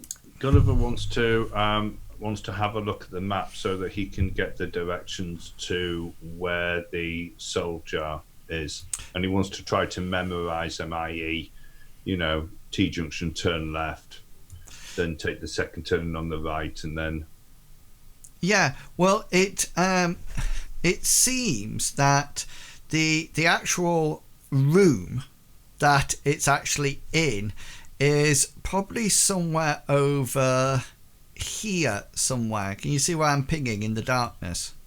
No. Yeah, unless I'm not zoomed out. Oh no. Do it again, so please. No, I'm not seeing anything. Okay, left or right of the map.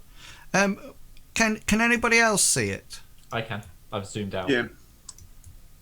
Yeah. It's on the top right. Yeah, exactly. Yeah. All right. Okay. So yeah, it looks like it's in the top right of the map somewhere. Okay. How much detail have we got on this on the map that? Yeah. So from where you are at the moment, it looks like you go down straight south, and then it looks like it then turns west, and then there's another turn and another turn as you go round. Okay. It's almost like looks as if it's taking you down to a wall and then going round the outside of the tower, or flush against the outside of the actual tower. Okay.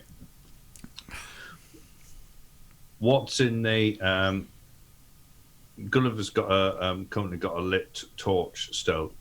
What can he see in this room here if he just holds it in? Yeah, so the door. Or is it a locked door? No, the door's gone. All the doors on Is this. it the same as the other ones, like it had been used to make it? Yeah, very much so. This, as you look into this room here,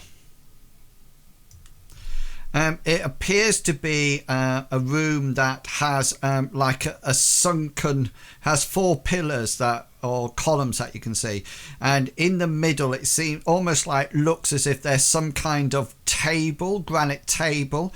And Bartleby, you probably see in here as well, and you just roll for me your devotion.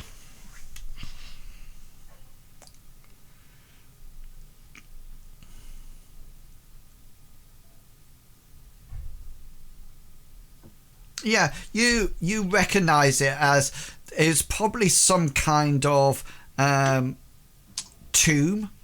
You can probably see that a coffin or some kind of sarcophagus would rest in the middle, and it's almost like a glorious resting place for somebody. There's no coffin or sarcophagus in the middle at the moment, but Bartleby, you've seen a lot of these. You know what it happens. It's mainly for very rich people that they will have something like this, and probably created well in preparation for their death. I'll proudly share that with my group because, of course, Bartleby did pass his rights to learn how to do lay to rest recently. Oh, of course, yeah. And so you're very familiar with this. So Hengist and Hazra, you're on the opposite side. So Hengist is leaning against the wall, sort of like in a half squat position, sort of like with his head bowed, sort of like breathing heavily, because that was, although he dealt with it, it was quite. Yeah, you got a bit of squashed beetle on your sword as well, just so you know. Yeah, he's ignoring that. That's fine. It's more sort of like the relentless wave of these things. Yeah. That kept coming is sort of like shaking him a little bit. Okay, so what would you like to do now? Oh no, he's still doing that. That's what he's doing at the moment. So are you just sort of like out of breath, staggering over? Oh, no, not out of breath. He's sort of like. Oh no! Trying to settle his mind.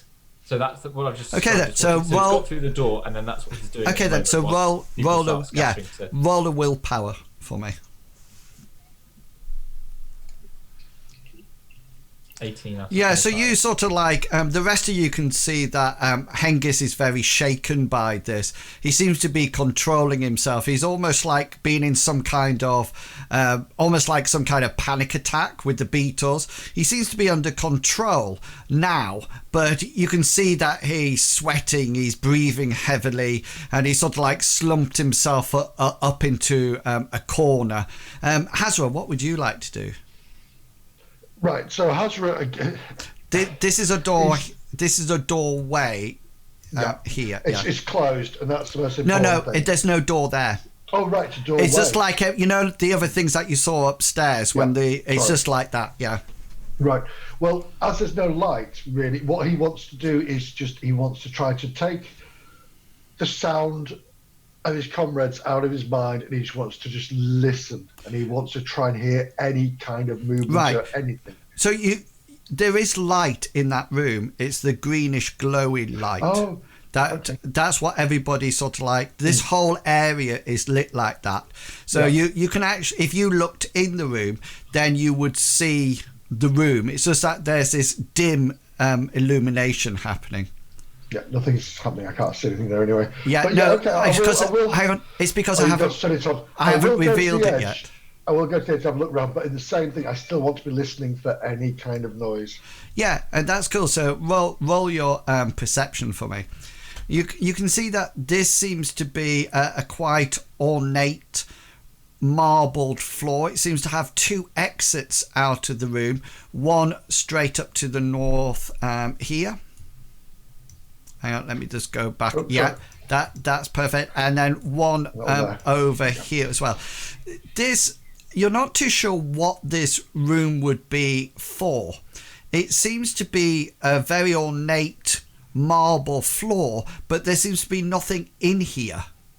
It seems to be completely and utterly empty. And there's no remnants of furniture or anything like that within this room. You can see the two exits out of it. Okay, so let's move back to Gulliver and Bartleby. What would you two like to do?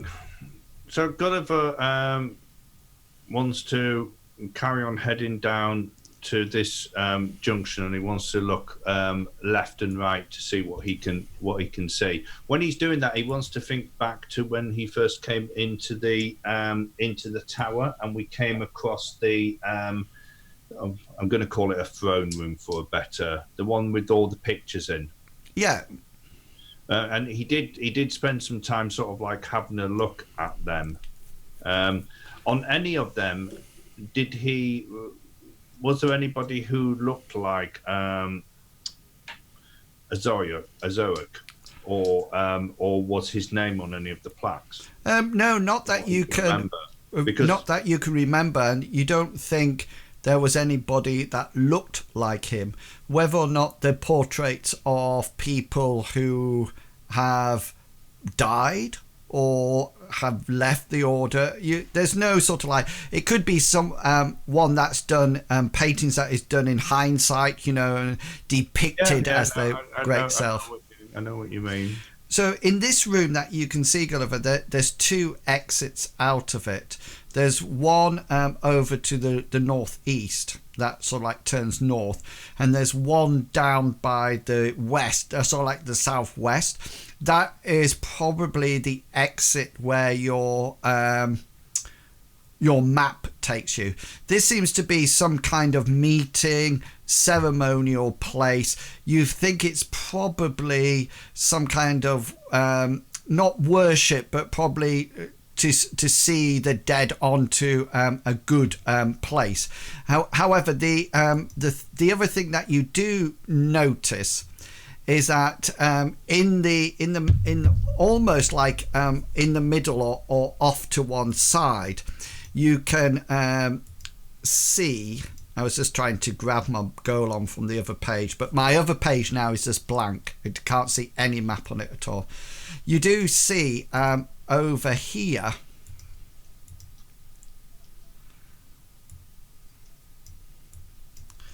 and oh, did you see that?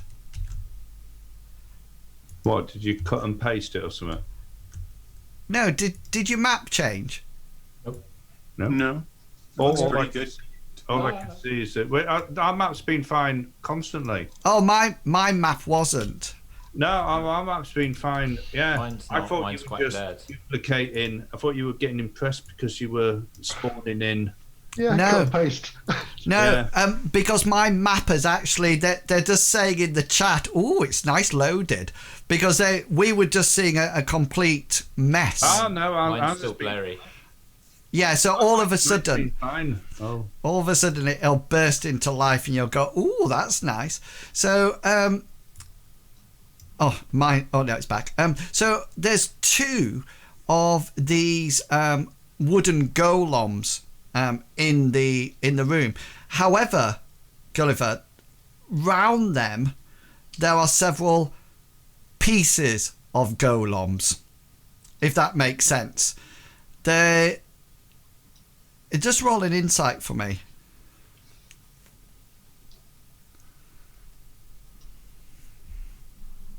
Yeah, it's almost as if there's been a battle here, a battle of the golems.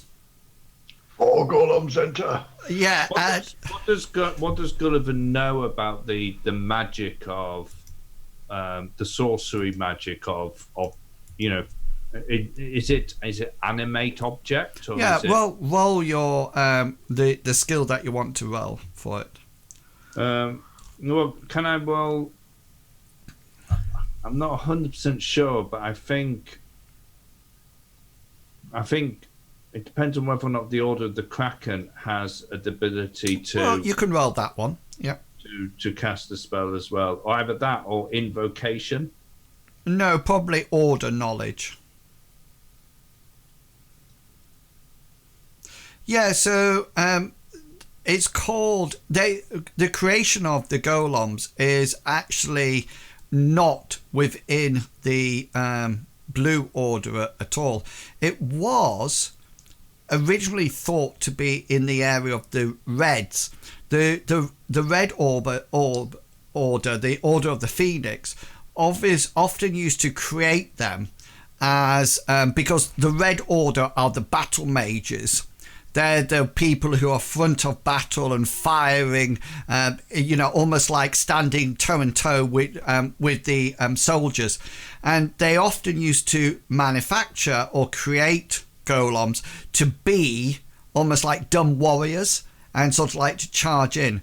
And it's not really, it's not something really that the black robes are about. However, you do remember that there was rumours that the Black Order and the Red Order were working together in order to replace the White Order, the current leaders of the council, to replace them and put the White Order out and almost like put a black-robed sorcerer or a red-robed sorcerer in position of power.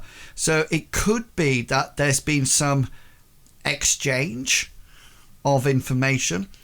It could be that the black robe sorcerers always had the knowledge but never used them. But it's not something that mainly you think it would be the Order of the Phoenix that actually create these as dumb soldiers to go into battle.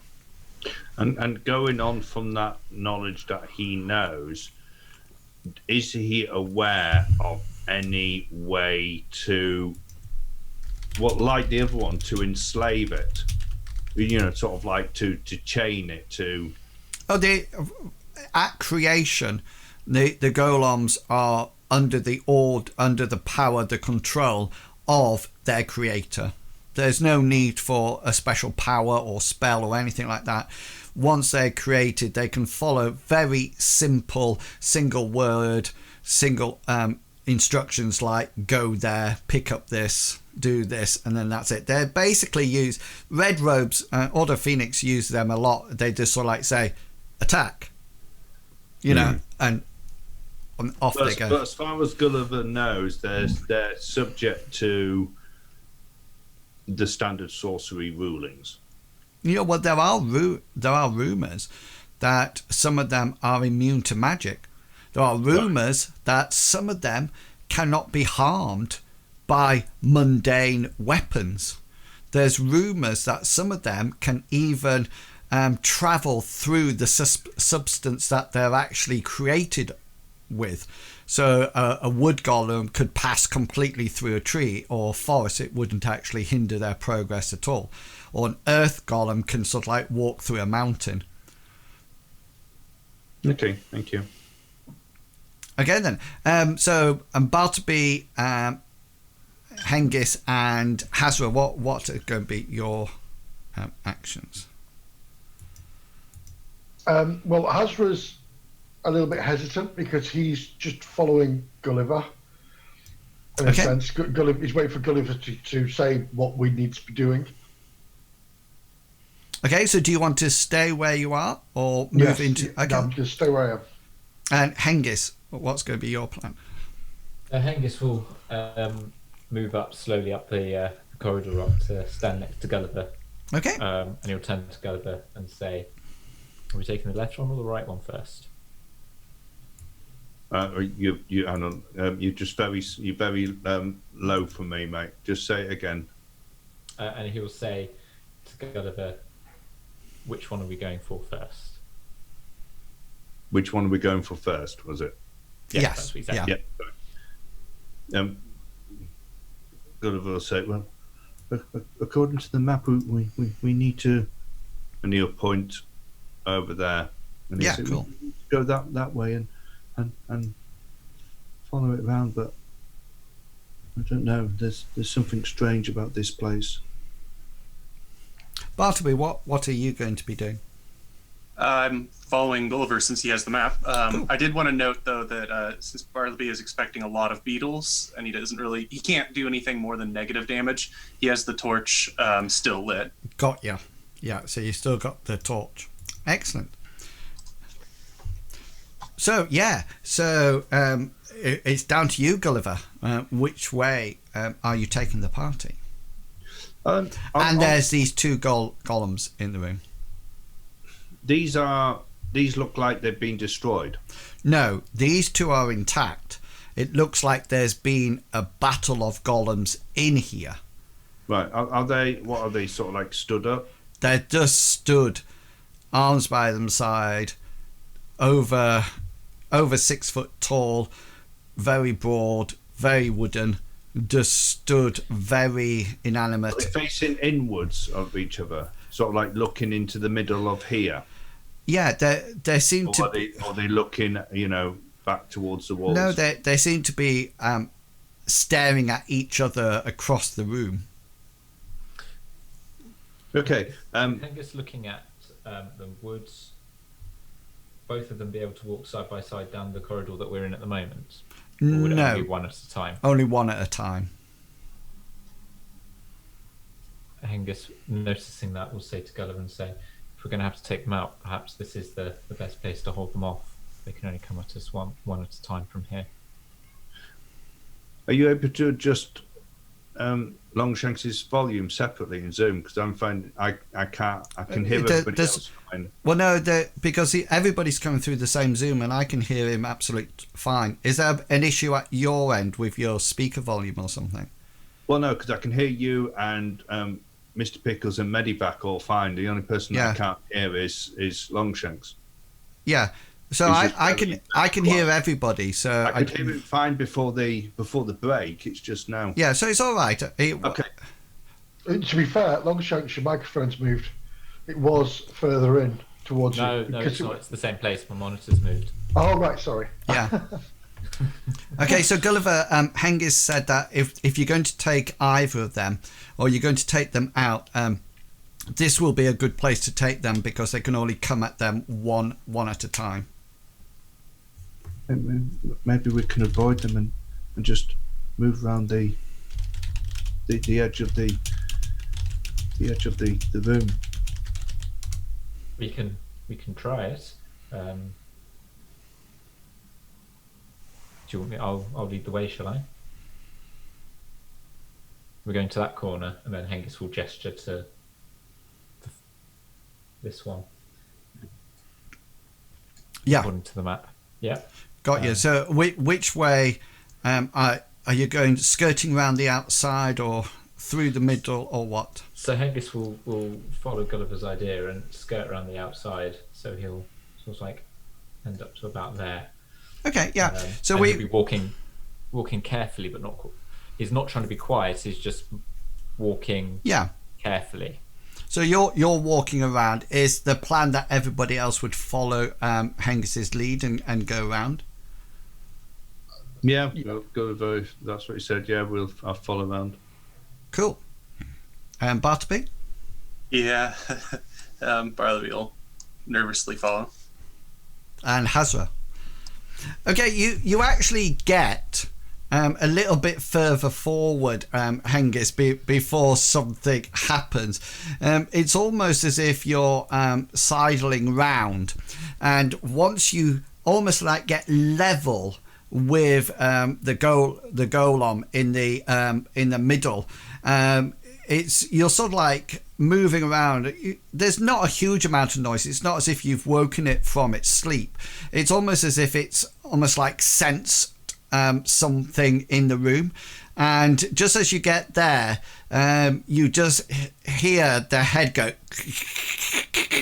as the wood sort of like splinters a bit, and it turns its head towards you. So at this point, I would like you, hang on just 1 second, let me get rid of the swarm. Don't forget to press your tokens. And yeah, could I have some initiative rounds, please?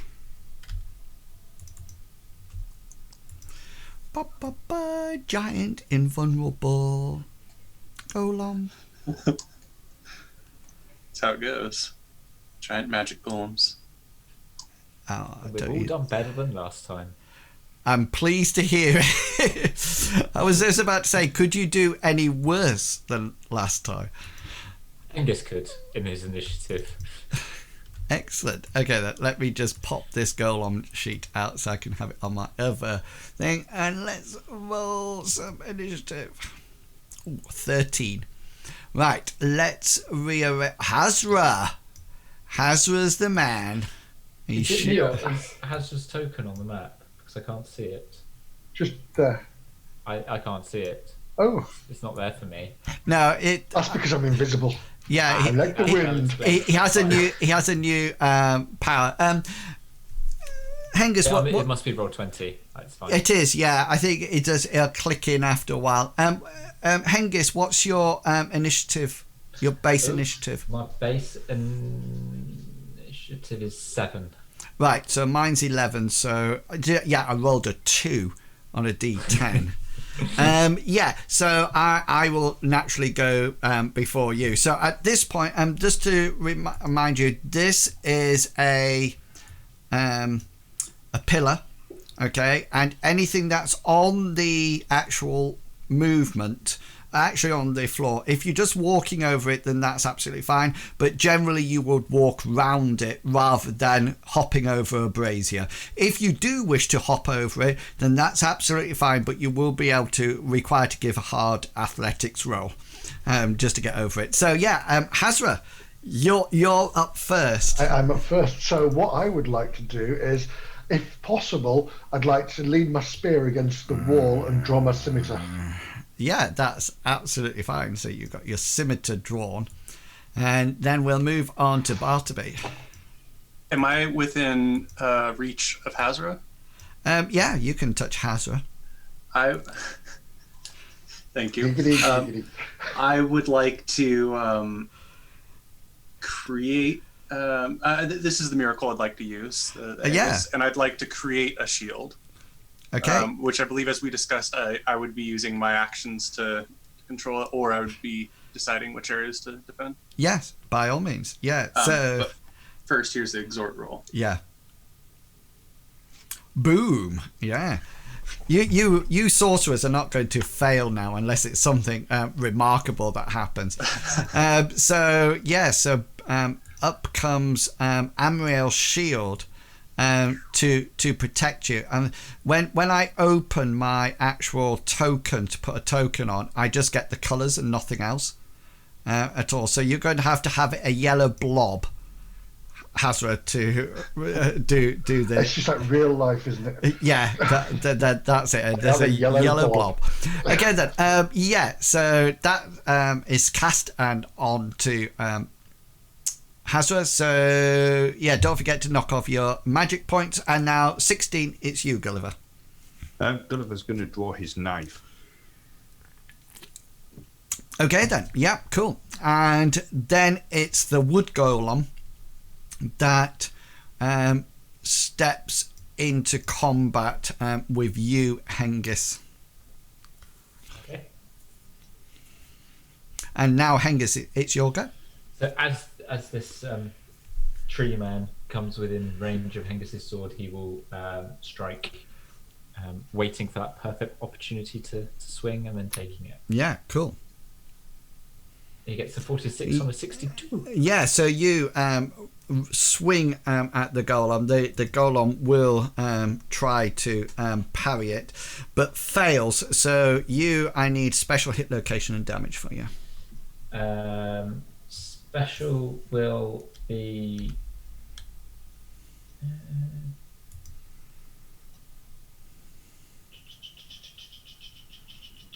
he's going to do... I don't think the Sunder distance again. is right. Just so you know. Okay, yeah. So you'll do Sunder, and then you want your hit location in the chest. Cool. Yeah. And Okay. then you want I need some damage. Make sure I click the right button for 8 points of damage. Right, and your Sunder does. Sunder, it damages the armor value if there is armor value. I'll just double check how much and what it does. Sunder, the attacker may use a suitable weapon to damage the armor or natural protection of an opponent. Any weapon damage after reductions for parrying or magic is applied against the armor point value of the protection. Surplus damage in excess of its armor points is then used to reduce the AP value of the armor location. Cool. So your roll is 8 there, isn't it? Yes. Off my chest. So right. So 8. Once you've gone through armor, the rest of it is used to reduce the armor, isn't it? That's right. Yep.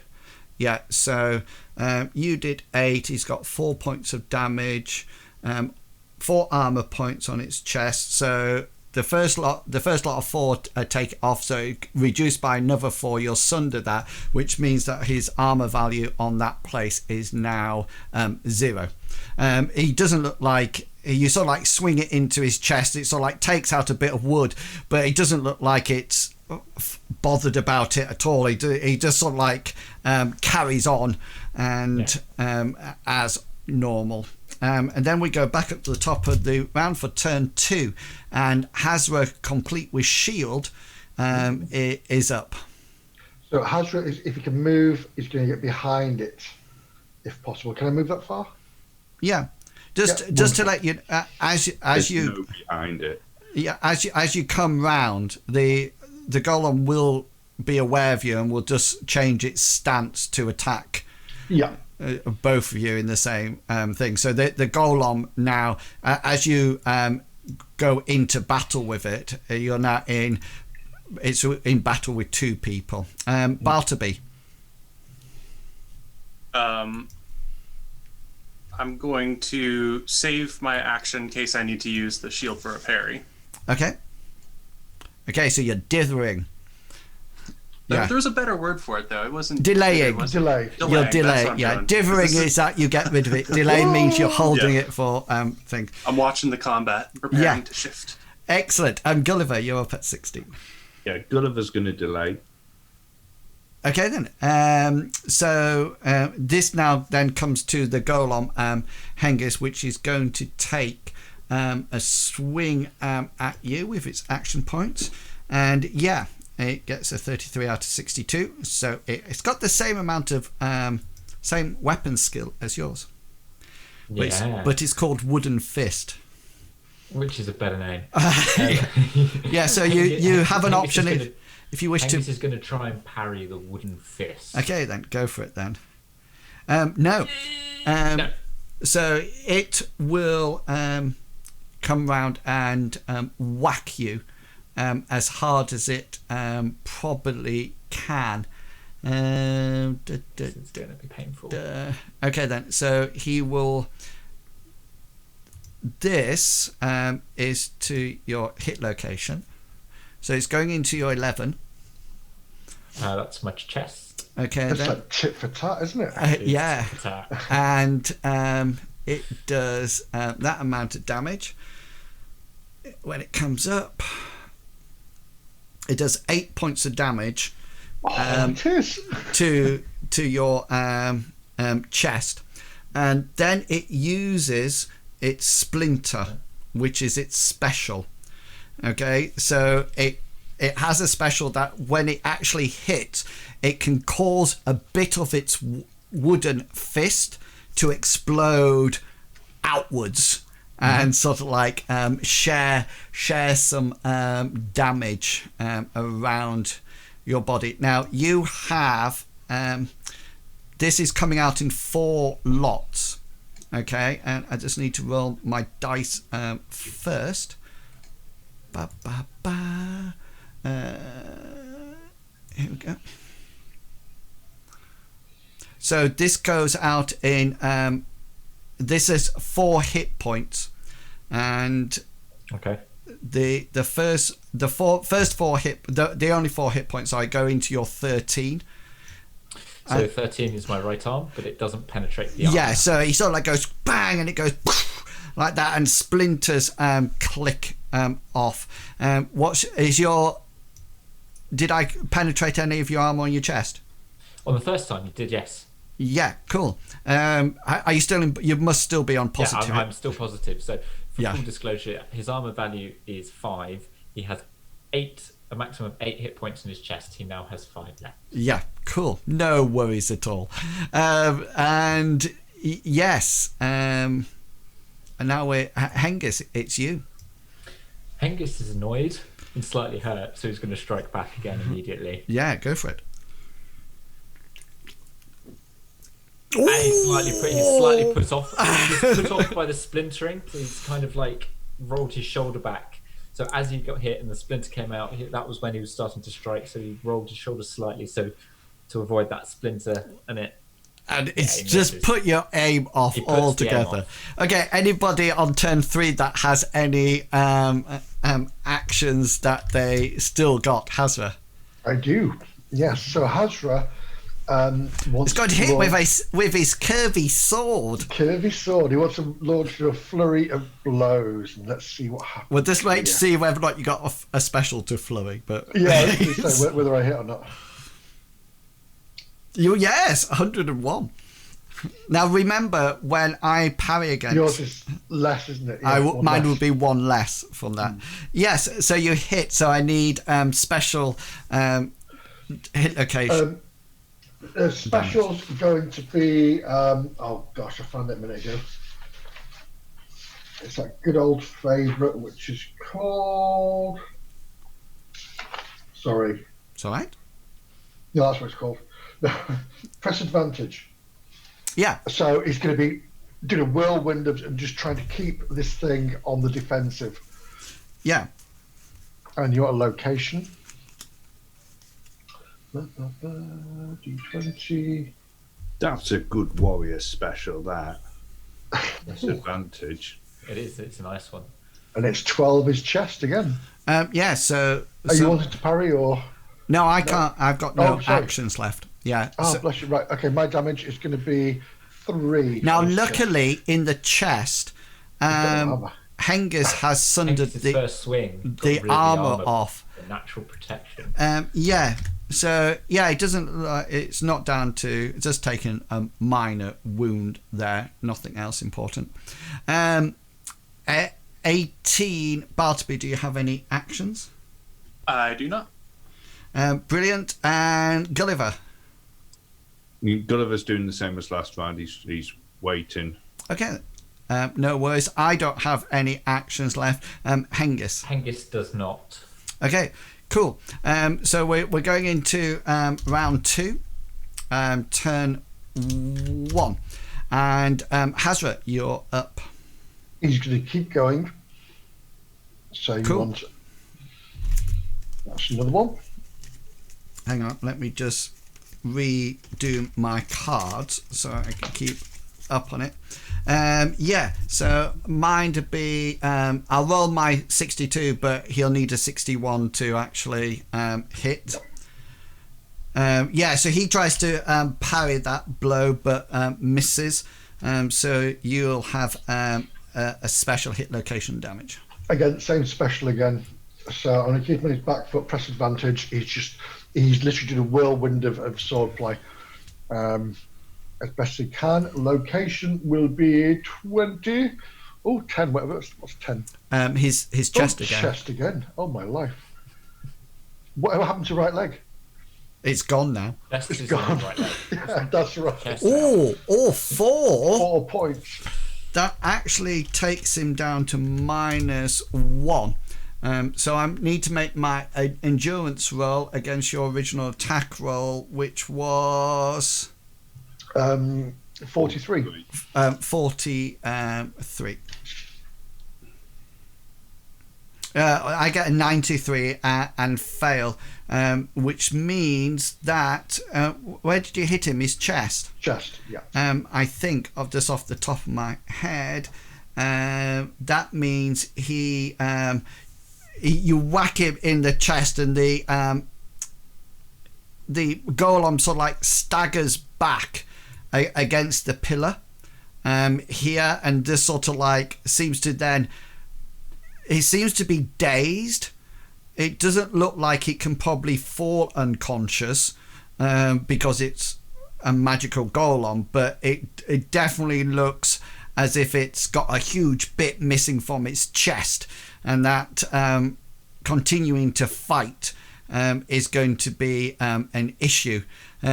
Because of this, with the press advantage and this going on as well, Hengist and Hazra, between you can quite easily finish this, finish him, golem, and he sort of like ends up being splintered across the floor. You do notice, by the way, that when you finish disposing of him, you do notice that all the bits of wood seem to have little maggot-style larvae, sort of like in the wood. Oh, no. Crawling around the place as if they were living in there. They're not sort of like tumbling out, but it looks like every time you sort of like made a dash in it, it sort of like exposed these larvae inside it. I thought you were going to say all these bits of furniture and things had like little labels at IKEA. I wish I had now, but unfortunately no. So he's sort of like dead.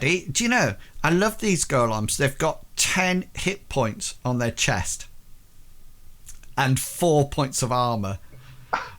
So your first hit, that 3 wouldn't have got through. Wouldn't have got through his armor at all. Hengist used a perfect first start there. Well done. Nice. Okay then. So I'm enjoying using Sunder two-handed. Your magical shield will come off. Hazra will walk back over to the wall, sheath his scimitar, and pick up his spear. Yeah. Don't worry. I wouldn't do the classic Dungeons and Dragons. You forgot to pick up your spear. Okay. Go back. Possibly would have picked it up, I'm sure. Just without even thinking, he would have just grabbed it. Yeah, Anyway, okay then. So Hengist will carry on going round towards the entrance. Yeah, so as you can see, there seems to be sarcophaguses lined up against the wall here. These are proper sarcophaguses, and they seem to be made out of marble or some kind of strong granite or some kind of stone rather than wood. And you notice that inside the little alcove on the back wall are various names. And Gulliver, as you walk past, you recognize some of these names from the portraits up above. It's as if the chances are these actually have bodies in, and you can see at the other end of the hall there are similar sarcophaguses, apart from one that hasn't had its lid put on yet. Do the number of sarcophaguses match up to the number of pictures on the wall? Yeah, not quite. There's one more sarcophagus than there are pictures on the wall. Well, that's morbid. Okay, so you continue moving round, yeah? Yeah, so Hengist will carry on until basically Hengist will turn to Gulliver and say, just direct me where I need to go as and when, and Hengist will carry on walking following Gulliver's instructions. So Gulliver Gulliver used what information he's got on the map.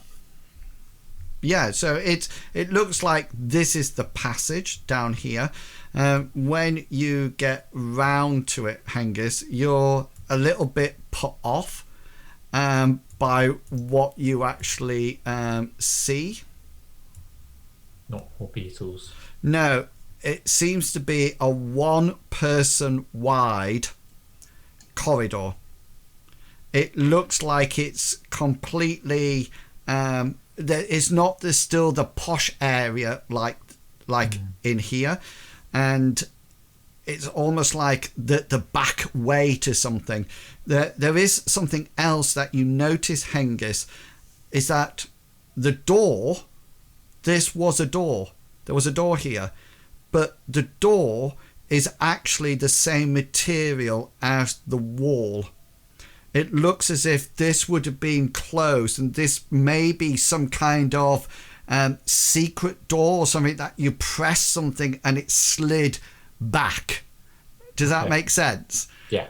Yeah. And so it's a hidden door from the inside of the room where the sarcophagus are. If it was closed, you wouldn't know it was you there wouldn't, necessarily. but it's definitely open at this point. So as Hengist gets there, and he looks around the corner and sees that it's very narrow, he'll stop and turn and he'll pass on that information. He says it's going to get very narrow, probably just about shoulder width for me, all the way down. You'll see Hazard's eyes go slightly wider. Yeah. Okay then, so are you heading on down? And then Hengist will head on down the corridor. Just before Hengist sets off, Gulliver's going to put his hand on his shoulder and he's going to say, "No, wait, Hengist. There's something not right. So Hengist will pause. Perhaps we should let Bartleby see whether or not the sight of Amriel reveals anything." Hengist will make room in the entranceway for Bartleby. So it's like trying to spread himself against the wall. You know when you try and press yourself into the wall, but you're not making enough space? Hengist is kind of doing that. And the other person who has to squeeze past can't decide whether or not to go face to face or face to back. So it's Do I spoon or do I? Yeah, as they try to. This is definitely not 2 meters apart. It's wearing plate armor as well. Plate armor is making no difference. He's basically just not standing in the entrance. Yeah, Bartleby, as you go past it, you'll buff Hengist's arm for it. Get him a bit shiny. So Bartleby, are you just sort of like staying at the? Are you going into the corridor? Are you going beyond the threshold, or just looking at the door? Well, I'll need to call upon the sight first, and it's not going to be comfortable moving my arms about to conjure the energies of Amriel. But I'm going to do that first, and then I'm going to use a point of luck if I can. Well, no, I'm not taking minutes this time. There was a death curse last time. This is just...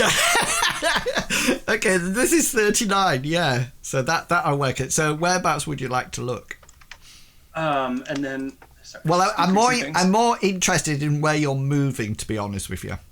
I'll put myself about here if I can, looking at where the secret doorway would have been, and once I'm confident there's no evil there, then I would move into the corridor. Okay then. So you cast your magical sight on the doorway, and you can see a bit of the corridor beyond, and the door. It doesn't seem to have any magic on it at all. If anything, you think it's probably mechanical rather than actually something to do with magic. You probably think it might be something that is pressed to open the door. The interesting thing is that roll me your Order of Amriel or your Devotion. Oh, not first, which one? Okay, just to let you know, this is completely new to you. You can't figure out why in a place of rest like this, although there's no religious artifacts in here or anything, it literally just looks like a tomb, that anything would have a secret door leading to the back of it. It seems absolutely, completely illogical. It really does. You can only see, by the way, with your witch sight at the moment, this small area here. Once I'm confident about the door being mechanical and not demonic, can I go in and use my sight like around here to look down the hall? So you look down the hall and you can see there's a little set of stairs going up. Those go up and the corridor progresses. But there seems to be no magic in this corridor at all. if anything, this corridor feels different. The floor's different. It looks like the walls are not as smooth as the walls in the Dark Tower. It almost like looks as if it's an afterthought rather than a forethought. I'll relay that to everybody and then add, I think that this could just be a servant's corridor or something, or what apprentices might use if there were more occupants here, I guess. Nothing magical. Nothing magical. And then I'm going to make my way out so that Hengist can go first. No, it's safe, Hengist. my only question, Bartleby, is: are you going face first, or? A bit of a. It's always been spoon style. Yeah. Okay. So Hengist. So Hengist will. How high is this tunnel? Is it? You don't have to snoop. You don't have to stoop. Yeah. Okay, and then wide. It's like just wider than him. Yeah. Like shoulder wise. Yeah, you can probably battle in here, but not extremely effectively. Okay. If you had a shield at this point, you would be in serious bother. Yeah. Yeah. Okay. So Hengist will. Hazra, if Hazra turns his spear the wrong way, I'll just get like a dog with a big branch. I'll be able to use it to like stop people coming down. Yeah, I'm just thinking whether or not you should have an insight roll. And she's like, "Wait, walk going that way, walk going that way." Square peg, round hole. Yeah. Okay, so Hengist will enter it. Okay, then I'm just going to move you just before those steps, just so I can see the order of everybody else. Okay, then Gulliver. Azure will go last as always. Okay, then. So you are actually in the corridor, but getting a bit of cover from the doorway, Hazra, and everybody else. And the parties start to move. And the thing that you do notice as you go down this extremely long corridor is that the greeny glow gets almost like deeper and deeper in coloration. You can, if you scroll out a bit, you can see that it is a mighty long corridor.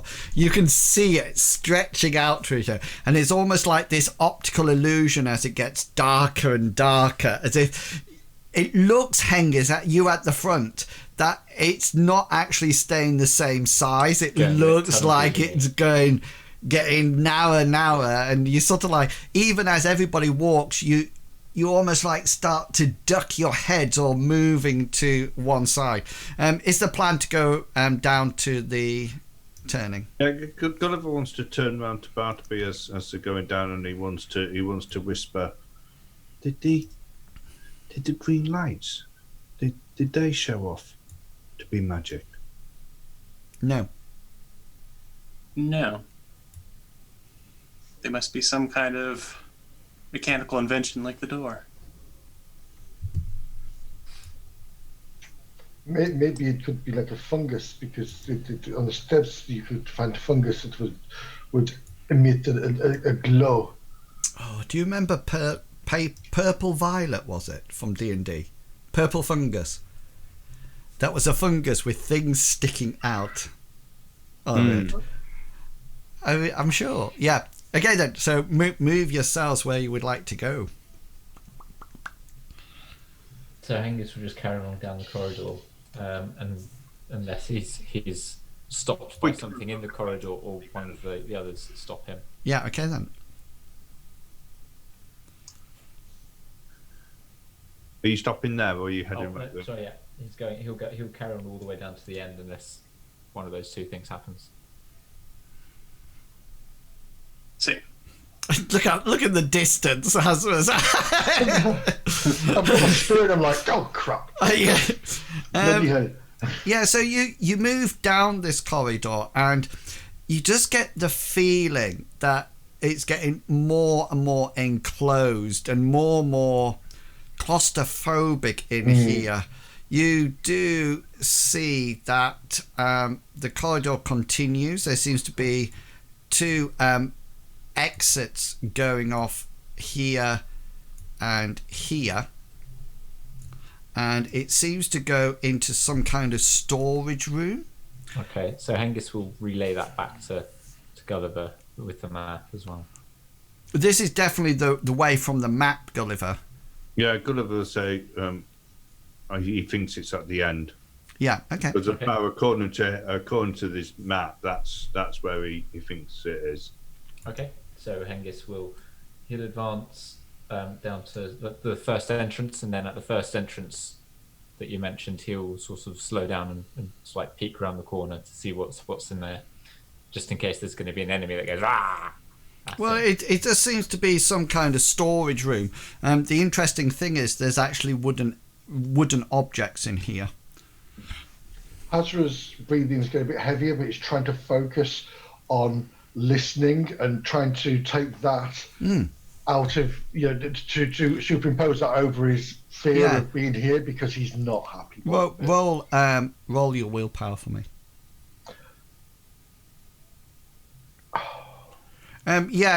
You do struggle to keep your breathing under control, but you're definitely getting this sense of panic now. You're not going to run away screaming, but just to let you know that your rolls now will be hard rather than standard while you're in this this entrance. No, I totally understand that. Yeah.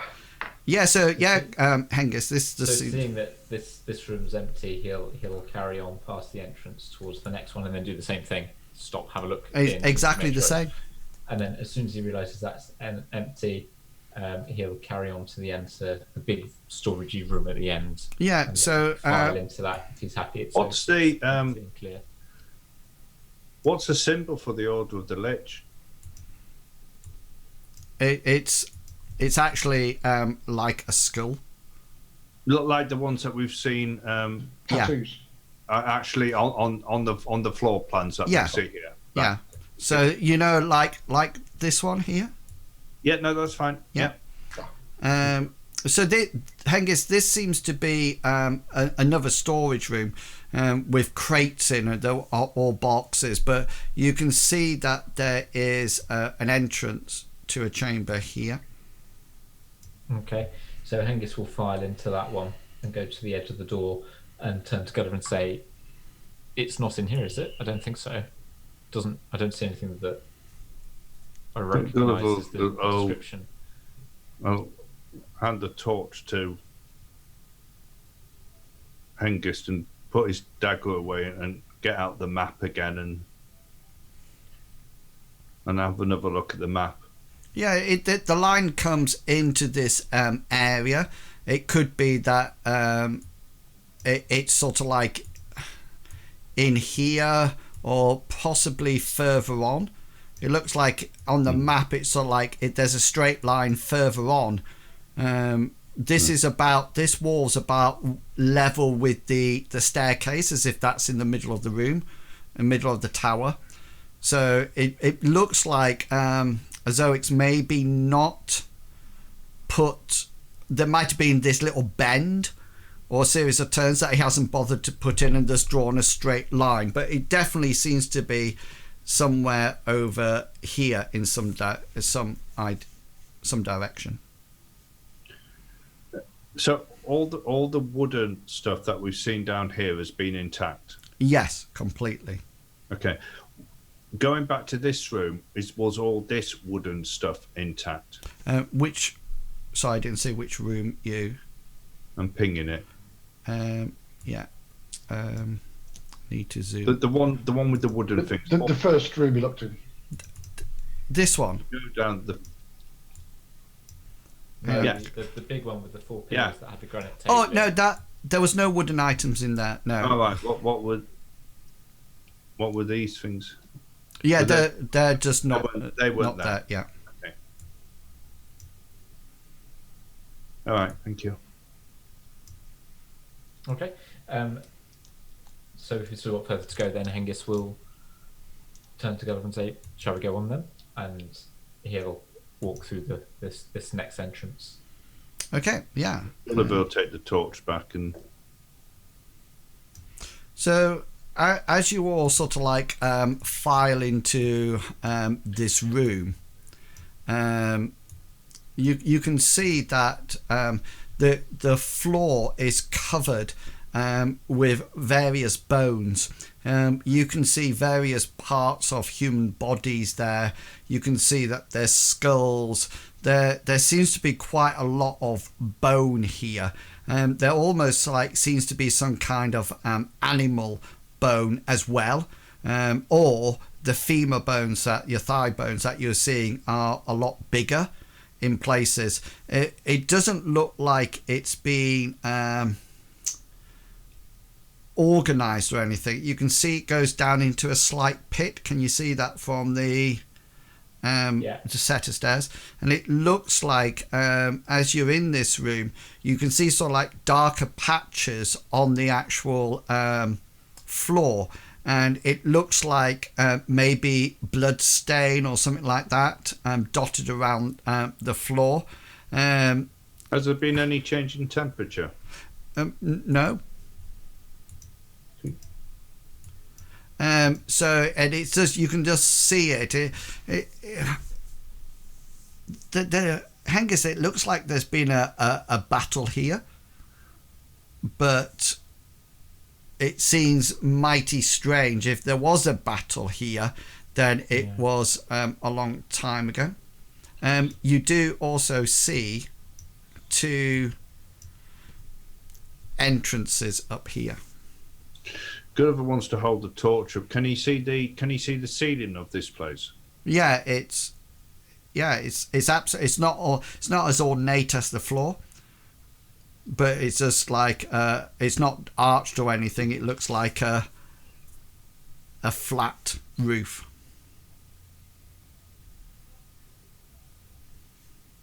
Have you got any thoughts, Bartleby, of what could have happened here? I can only guess, but I don't know as much about the sorcery orders, what they might do. This could be something, perhaps like worshippers of a god of death might put the bones of the revered here, since we've seen many sarcophagi of other members of the order. It's not exactly something I've chosen to study much in Amriel's churches. I presume it has something to do with their orders and rites. That's sort of similar to what I was. Well, I had 2 theories. One, that either there was some sort of fight here, which I think is less likely, and the other that if the sarcophaguses are for the more important members of the order, perhaps these are for the servants or lower members. Are there any weapons on the floor? No weapons at all. Just bones. Just bones. There's no bits of armor. There's no bits of metal. No weapons. Clothing. No just bones. Just bones. These were chests in here. Crates. Yeah. Crates. Gulliver's going to say, "What's in the crates?" Hazra, as long as there's light, he will go over to the first. Come back. Well, it's related with green anyway. Yeah, make a brawn roll for me, Hazra, if you want to open one. Yeah. Remember, it's that hard, but that'd do. You sort of like lever your scimitar into it or something similar and prise off the top. It seems to be, when it comes off, one of them seems to be full of black material. Another one seems to be full of like oil bottles. Another one seems to be full of some kind of grain. It looks dry, almost like looks desiccated in there now. You don't think... roll your cooking skill. I forgot he had that. You know, that's fine. I mean, it doesn't look mouldy, but you don't think it'll taste good. No, it's completely dried out. Yeah, you could probably eat it, but it wouldn't actually. No nutritional value. Yeah, No. It wouldn't make you sick. No.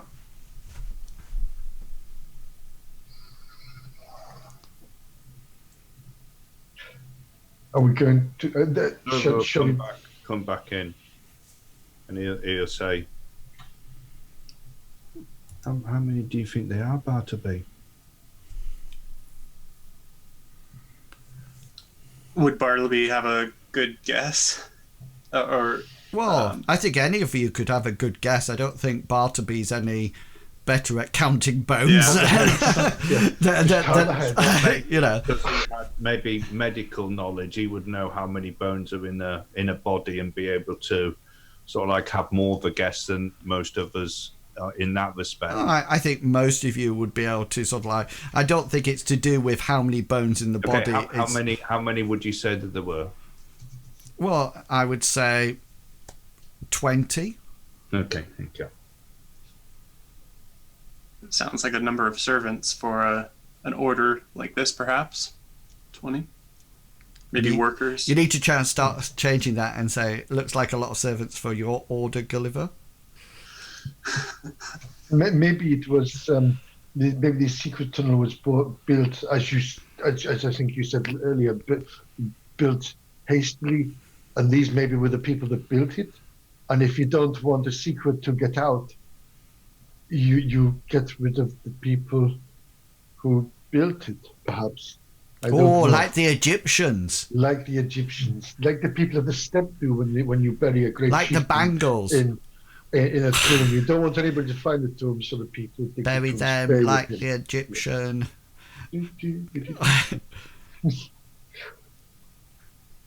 Perhaps we should have a look at in one of these rooms for this casket that we're looking for.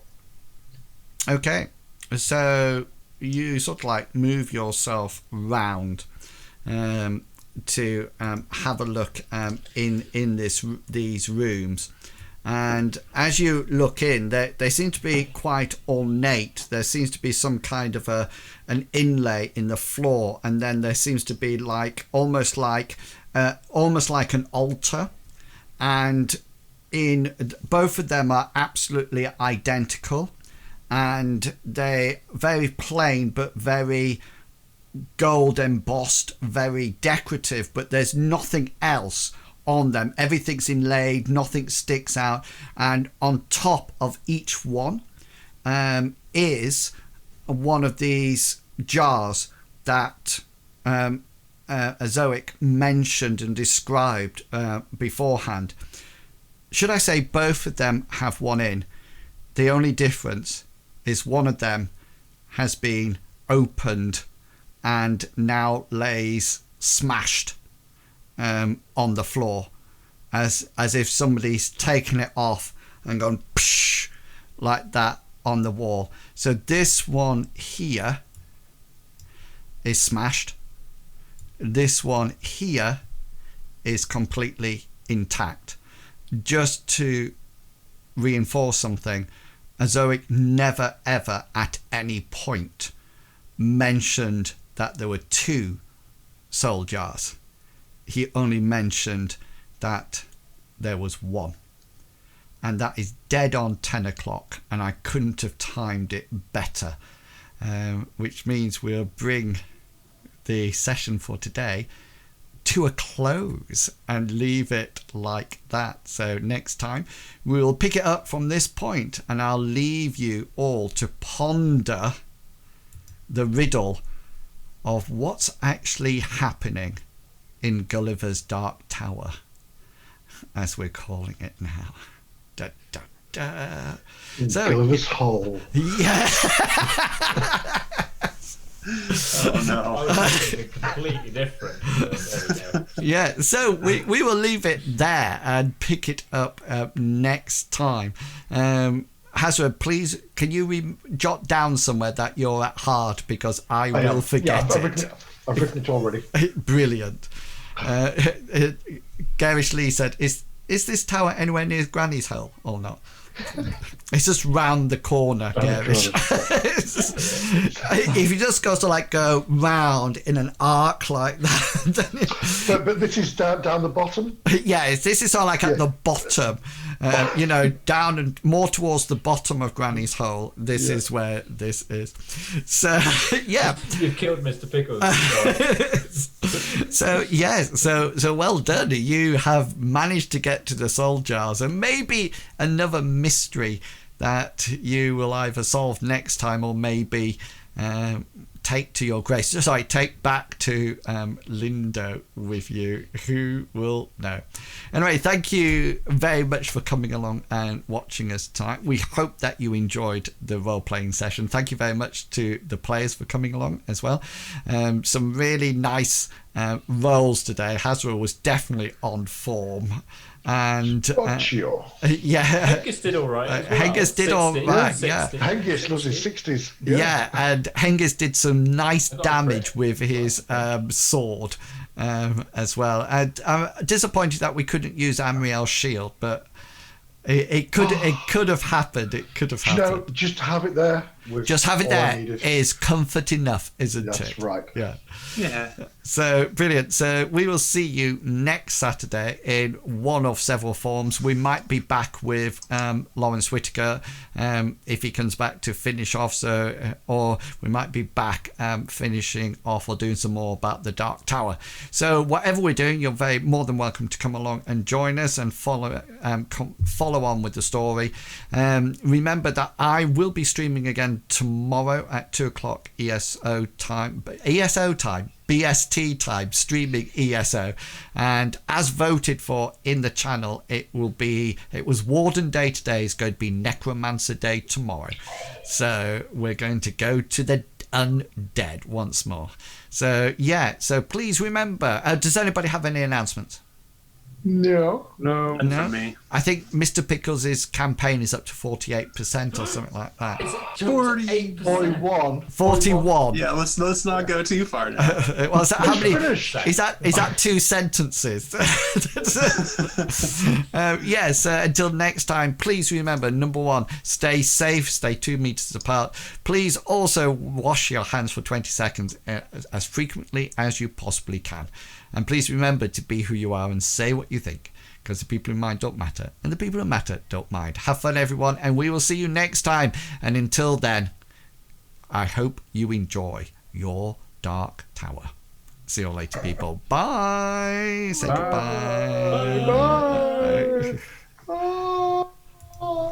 This video is sponsored by the Design Mechanism, the makers of Mythras.